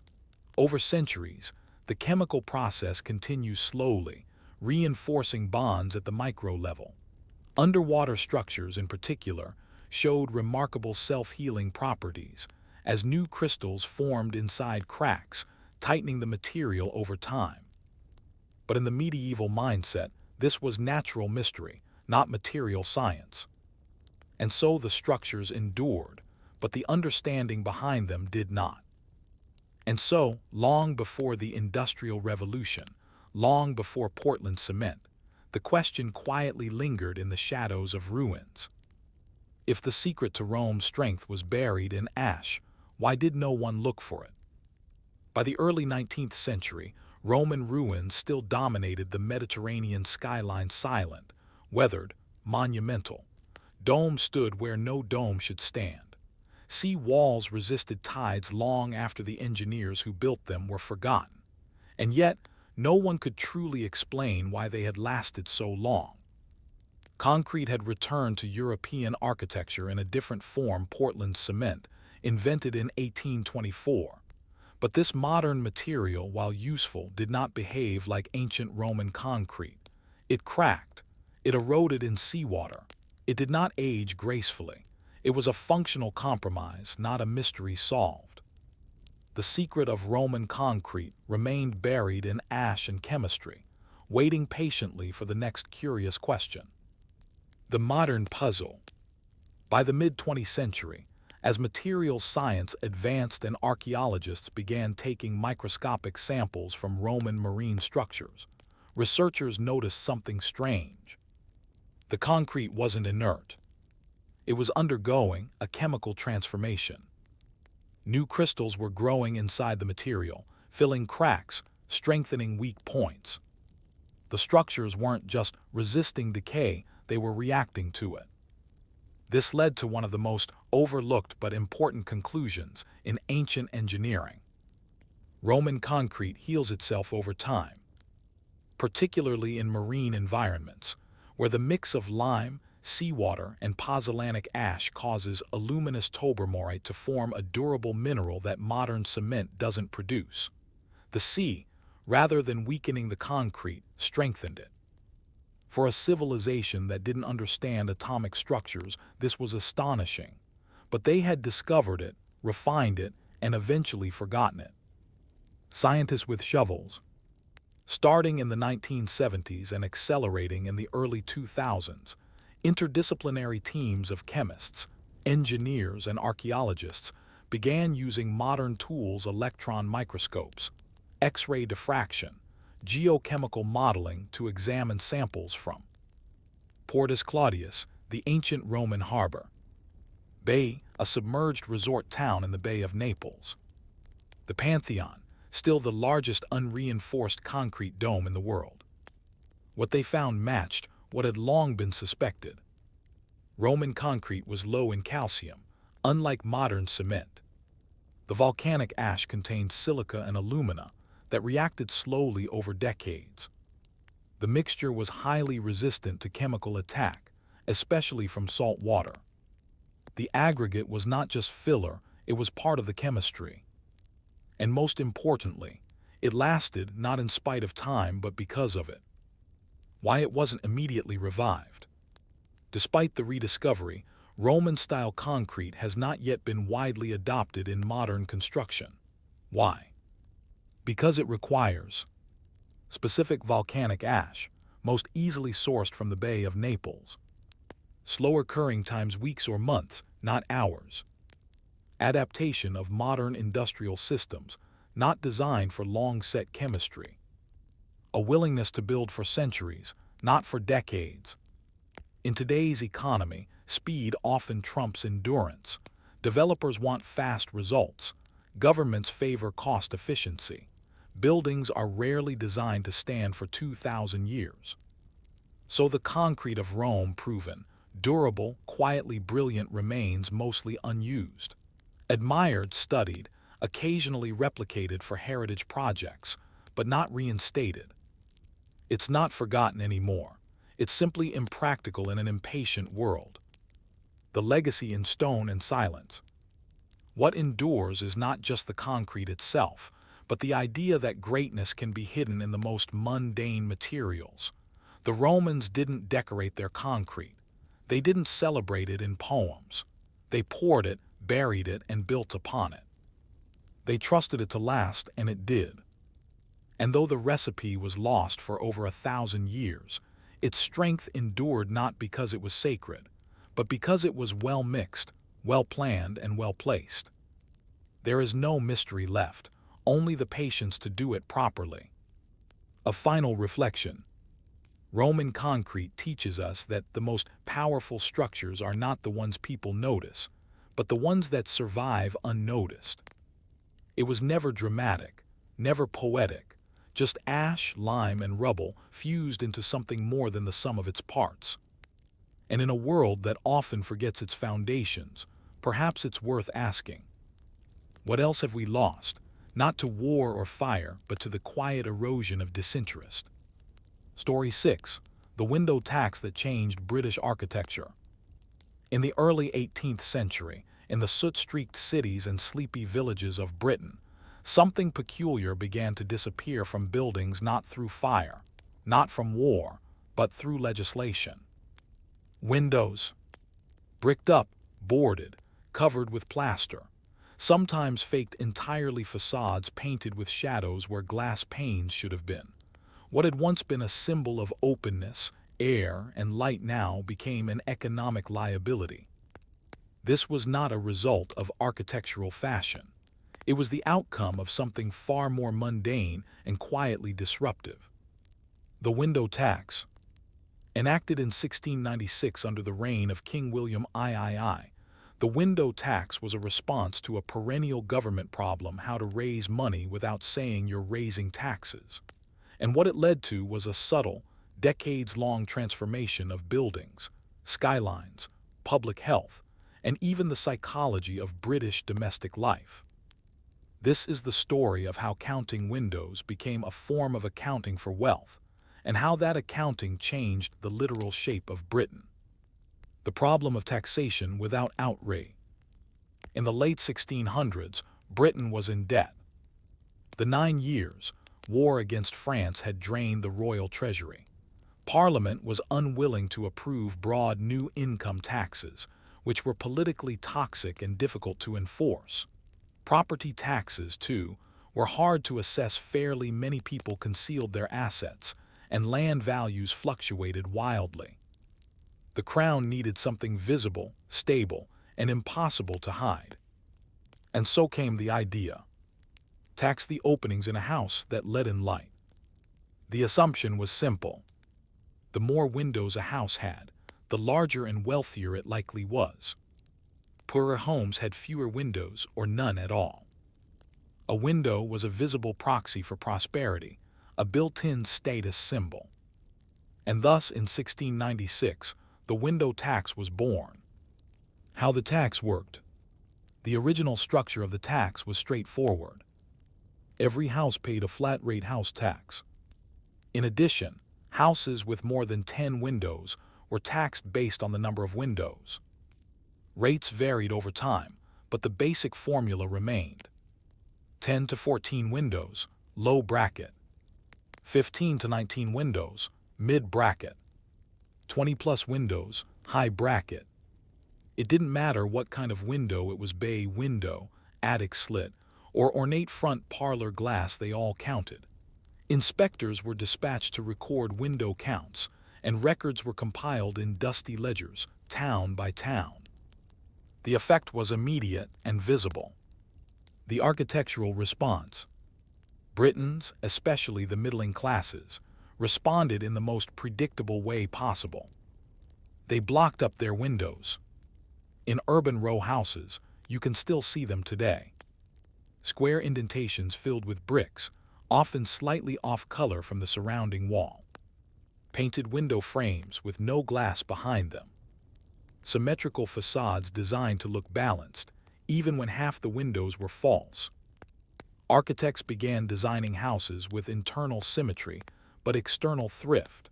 A house might have fewer real windows than its floor plan would suggest. In some Georgian townhouses, rooms were lit by shared light shafts or had internal glazed doors that borrowed light from brighter rooms. And in rural areas, builders went further, constructing homes with only the legally permitted number of windows, and no more. It was economy turned inward. The social stratification of glass.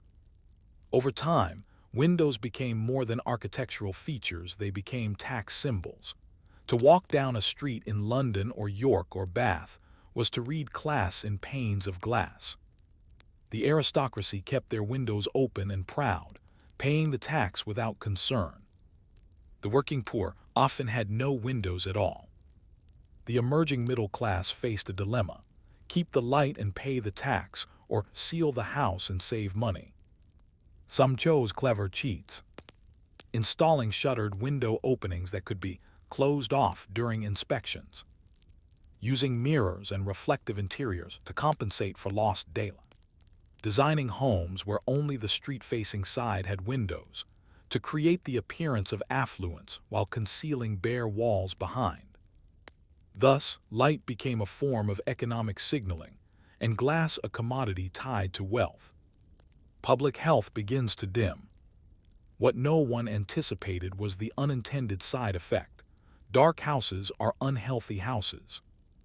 In cities like London, where coal fires filled the air with soot and indoor sanitation was poor, lack of fresh air and daylight worsened disease spread. Tuberculosis, in particular, thrived in damp, poorly ventilated interiors. Doctors, reformers, and even poets began to protest. A 1770s pamphlet from a physician in Bristol warned, "In bricking their windows, the working man lays a stone for his own grave." Despite mounting public concern, the tax remained in place. Parliament, wary of replacing it with more visible taxation, chose to keep the system, occasionally raising the rates rather than reducing them. And so, windowless housing became not only common but systematized. As inspectors continued their quiet tallies, one question began to settle like dust in the corners of shuttered rooms. When taxation makes the air unaffordable, what else does it quietly take away? By the early 18th century, the window tax had become one of the most visible signs of state presence in daily life. While many taxes were hidden in trade or embedded in property values, this one stood boldly on every street, etched into the facades of homes. You could walk through a neighborhood and see taxation at work in bricks where windows should be, in mismatched mortar, and in buildings with suspiciously symmetrical designs that refused to open to the sky. Behind these changes were not armies, monarchs, or dramatic decrees, but clerks, inspectors, and quiet bureaucracy, carrying clipboards and counting panes. The inspectors come knocking. To enforce the tax, the British government employed window tax assessors, many of them part-time functionaries or local revenue agents. Their job was not glamorous. It involved walking house to house, counting windows visible from the street, recording addresses in bound ledgers, submitting reports to the Central Tax Office, returning periodically to check for alterations or fraud. Some homeowners, desperate to avoid charges, would board up or brick over windows just before inspection days, paint fake brick patterns on wooden boards, construct false facades, front walls with decorative window outlines and nothing behind them, appeal the counts by citing non-residential use of certain rooms. Inspectors were trained to spot these tricks. They examined the thickness of coverings, looked for mismatched materials, and sometimes entered homes to verify claims. This wasn't espionage. It was just the paperwork of daylight. Architecture adapts in weird ways. As the tax persisted and rates rose, architects began to design with it in mind. Georgian townhouses were built with rigid symmetry, often including blind windows to maintain aesthetic balance without triggering tax increases. Attic windows were minimized or omitted entirely. Rear windows were more common than front-facing ones, hiding light sources from tax collectors. Some buildings included non-functional window niches, filled with painted panels or shallow recesses, allowing for visual elegance without taxable glass. In multi-unit dwellings, landlords sometimes restricted the number of windows per tenant, dividing buildings not just by space, but by access to air and light. This created a bizarre logic of class stratification. The higher your rent, the more windows you could afford. Tenants might find themselves sharing light shafts or competing for the one sunlit room in an otherwise dark home. It wasn't simply housing, it was tax-influenced architecture, where economics dictated how much of the sky you could see. Medical professionals begin to push back. By the late 1700s, physicians and urban reformers began to connect darkness with disease. Reports circulated linking poor ventilation with typhus outbreaks, damp, dark basements with tuberculosis, enclosed, sunless rooms with infant mortality and mental illness. The Royal College of Physicians and several urban hospitals began petitioning Parliament to repeal or revise the tax. In 1807, the prominent surgeon Sir Gilbert Blaine wrote, "The window tax is a tax on health, a burden on the lungs, and an invitation to miasma." But while Parliament acknowledged the concern, the tax continued. It was simply too reliable a revenue stream. A glass window was still a luxury, and by law, a source of income for the crown. When air becomes a commodity, the longer the tax remained in effect, the more normalized the darkness became. In newly industrializing cities like Manchester, Leeds, and Birmingham, the working class lived in courtyards with shared air shafts, tightly packed row houses with only one or two windows total, basement flats, often fully bricked in on three sides. Daylight was rationed like soap or bread. Families organized chores by the angle of the sun on the kitchen floor. Children read near doorways or by communal lamps.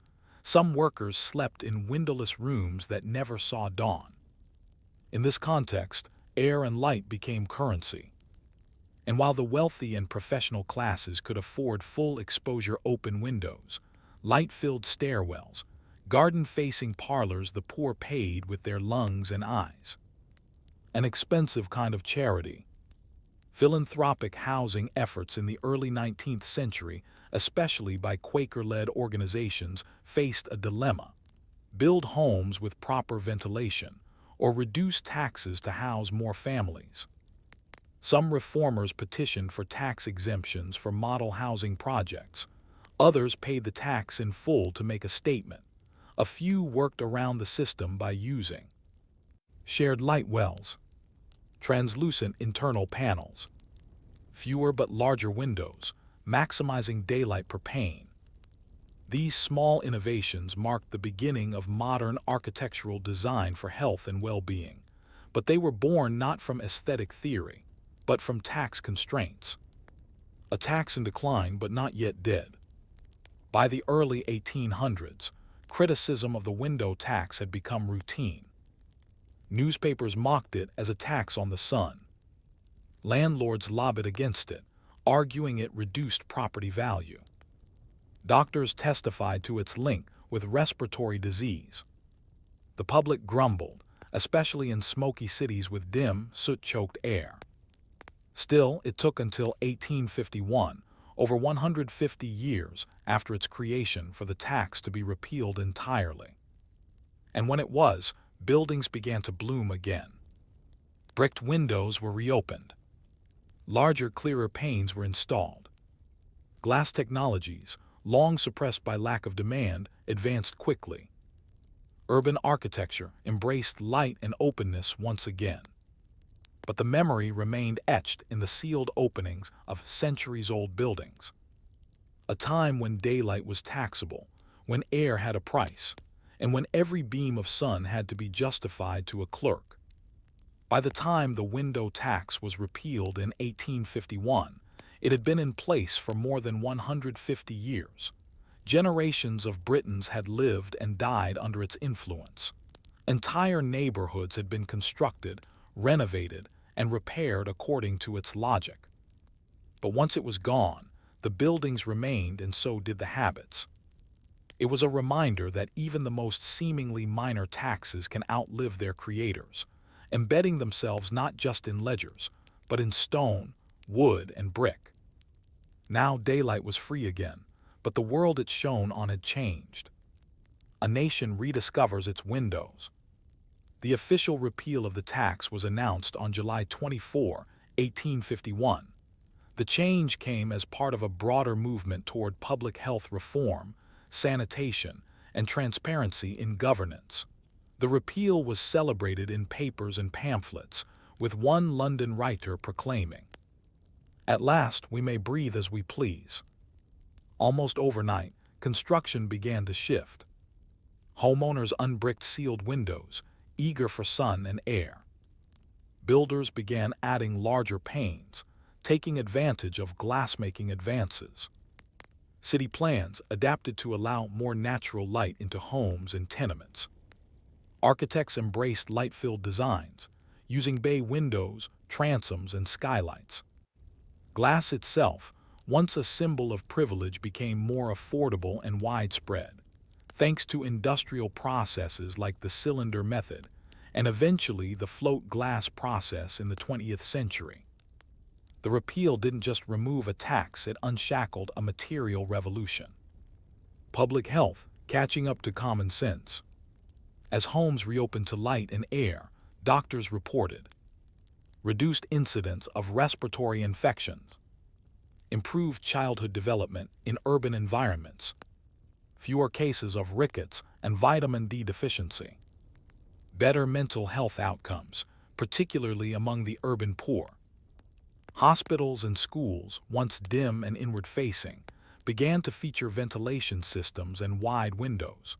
The idea of fresh air as medicine gained traction, leading to the development of sanatoriums, open-air schools, and health-focused urban planning.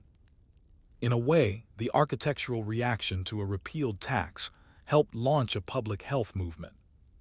Cultural echoes in brick and glass.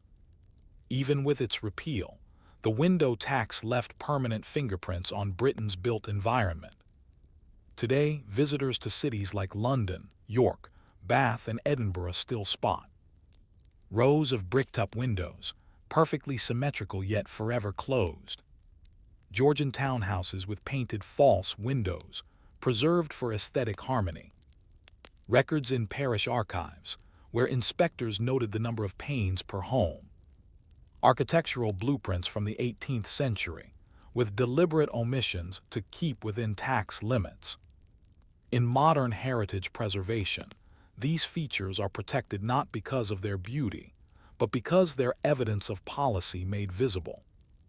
Every sealed window is a historical document, carved in brick. Lessons in invisible power. What makes the window tax story quietly powerful is not its drama, but its banality. It wasn't a war. It wasn't a law that sparked rebellion. It didn't topple dynasties or redraw borders. It was just a tax. But through it we see how governments reach into homes through seemingly minor decisions. How human behavior adapts slowly, creatively, and often with quiet resignation. How architecture bends not only to style, but to spreadsheets. How something as essential as light can become a tool of stratification. And perhaps most importantly, how long it takes to undo what's been normalized by policy. Even after the law vanished from books, the habit of building inward, of designing for limitation, persisted for years. A final reflection. What we take for granted today, sunlit rooms, fresh air, large windows, was once an economic calculation. Every pane of glass was a choice. Every bricked window a concession. The window tax is gone, but its shadows still linger in the sealed recesses of old buildings, in the urban layouts it helped shape, and in the way people once learned to live with less light, not because they wanted to, but because they were told to. And so the question remains: when the air itself is taxed, what else becomes too expensive to imagine?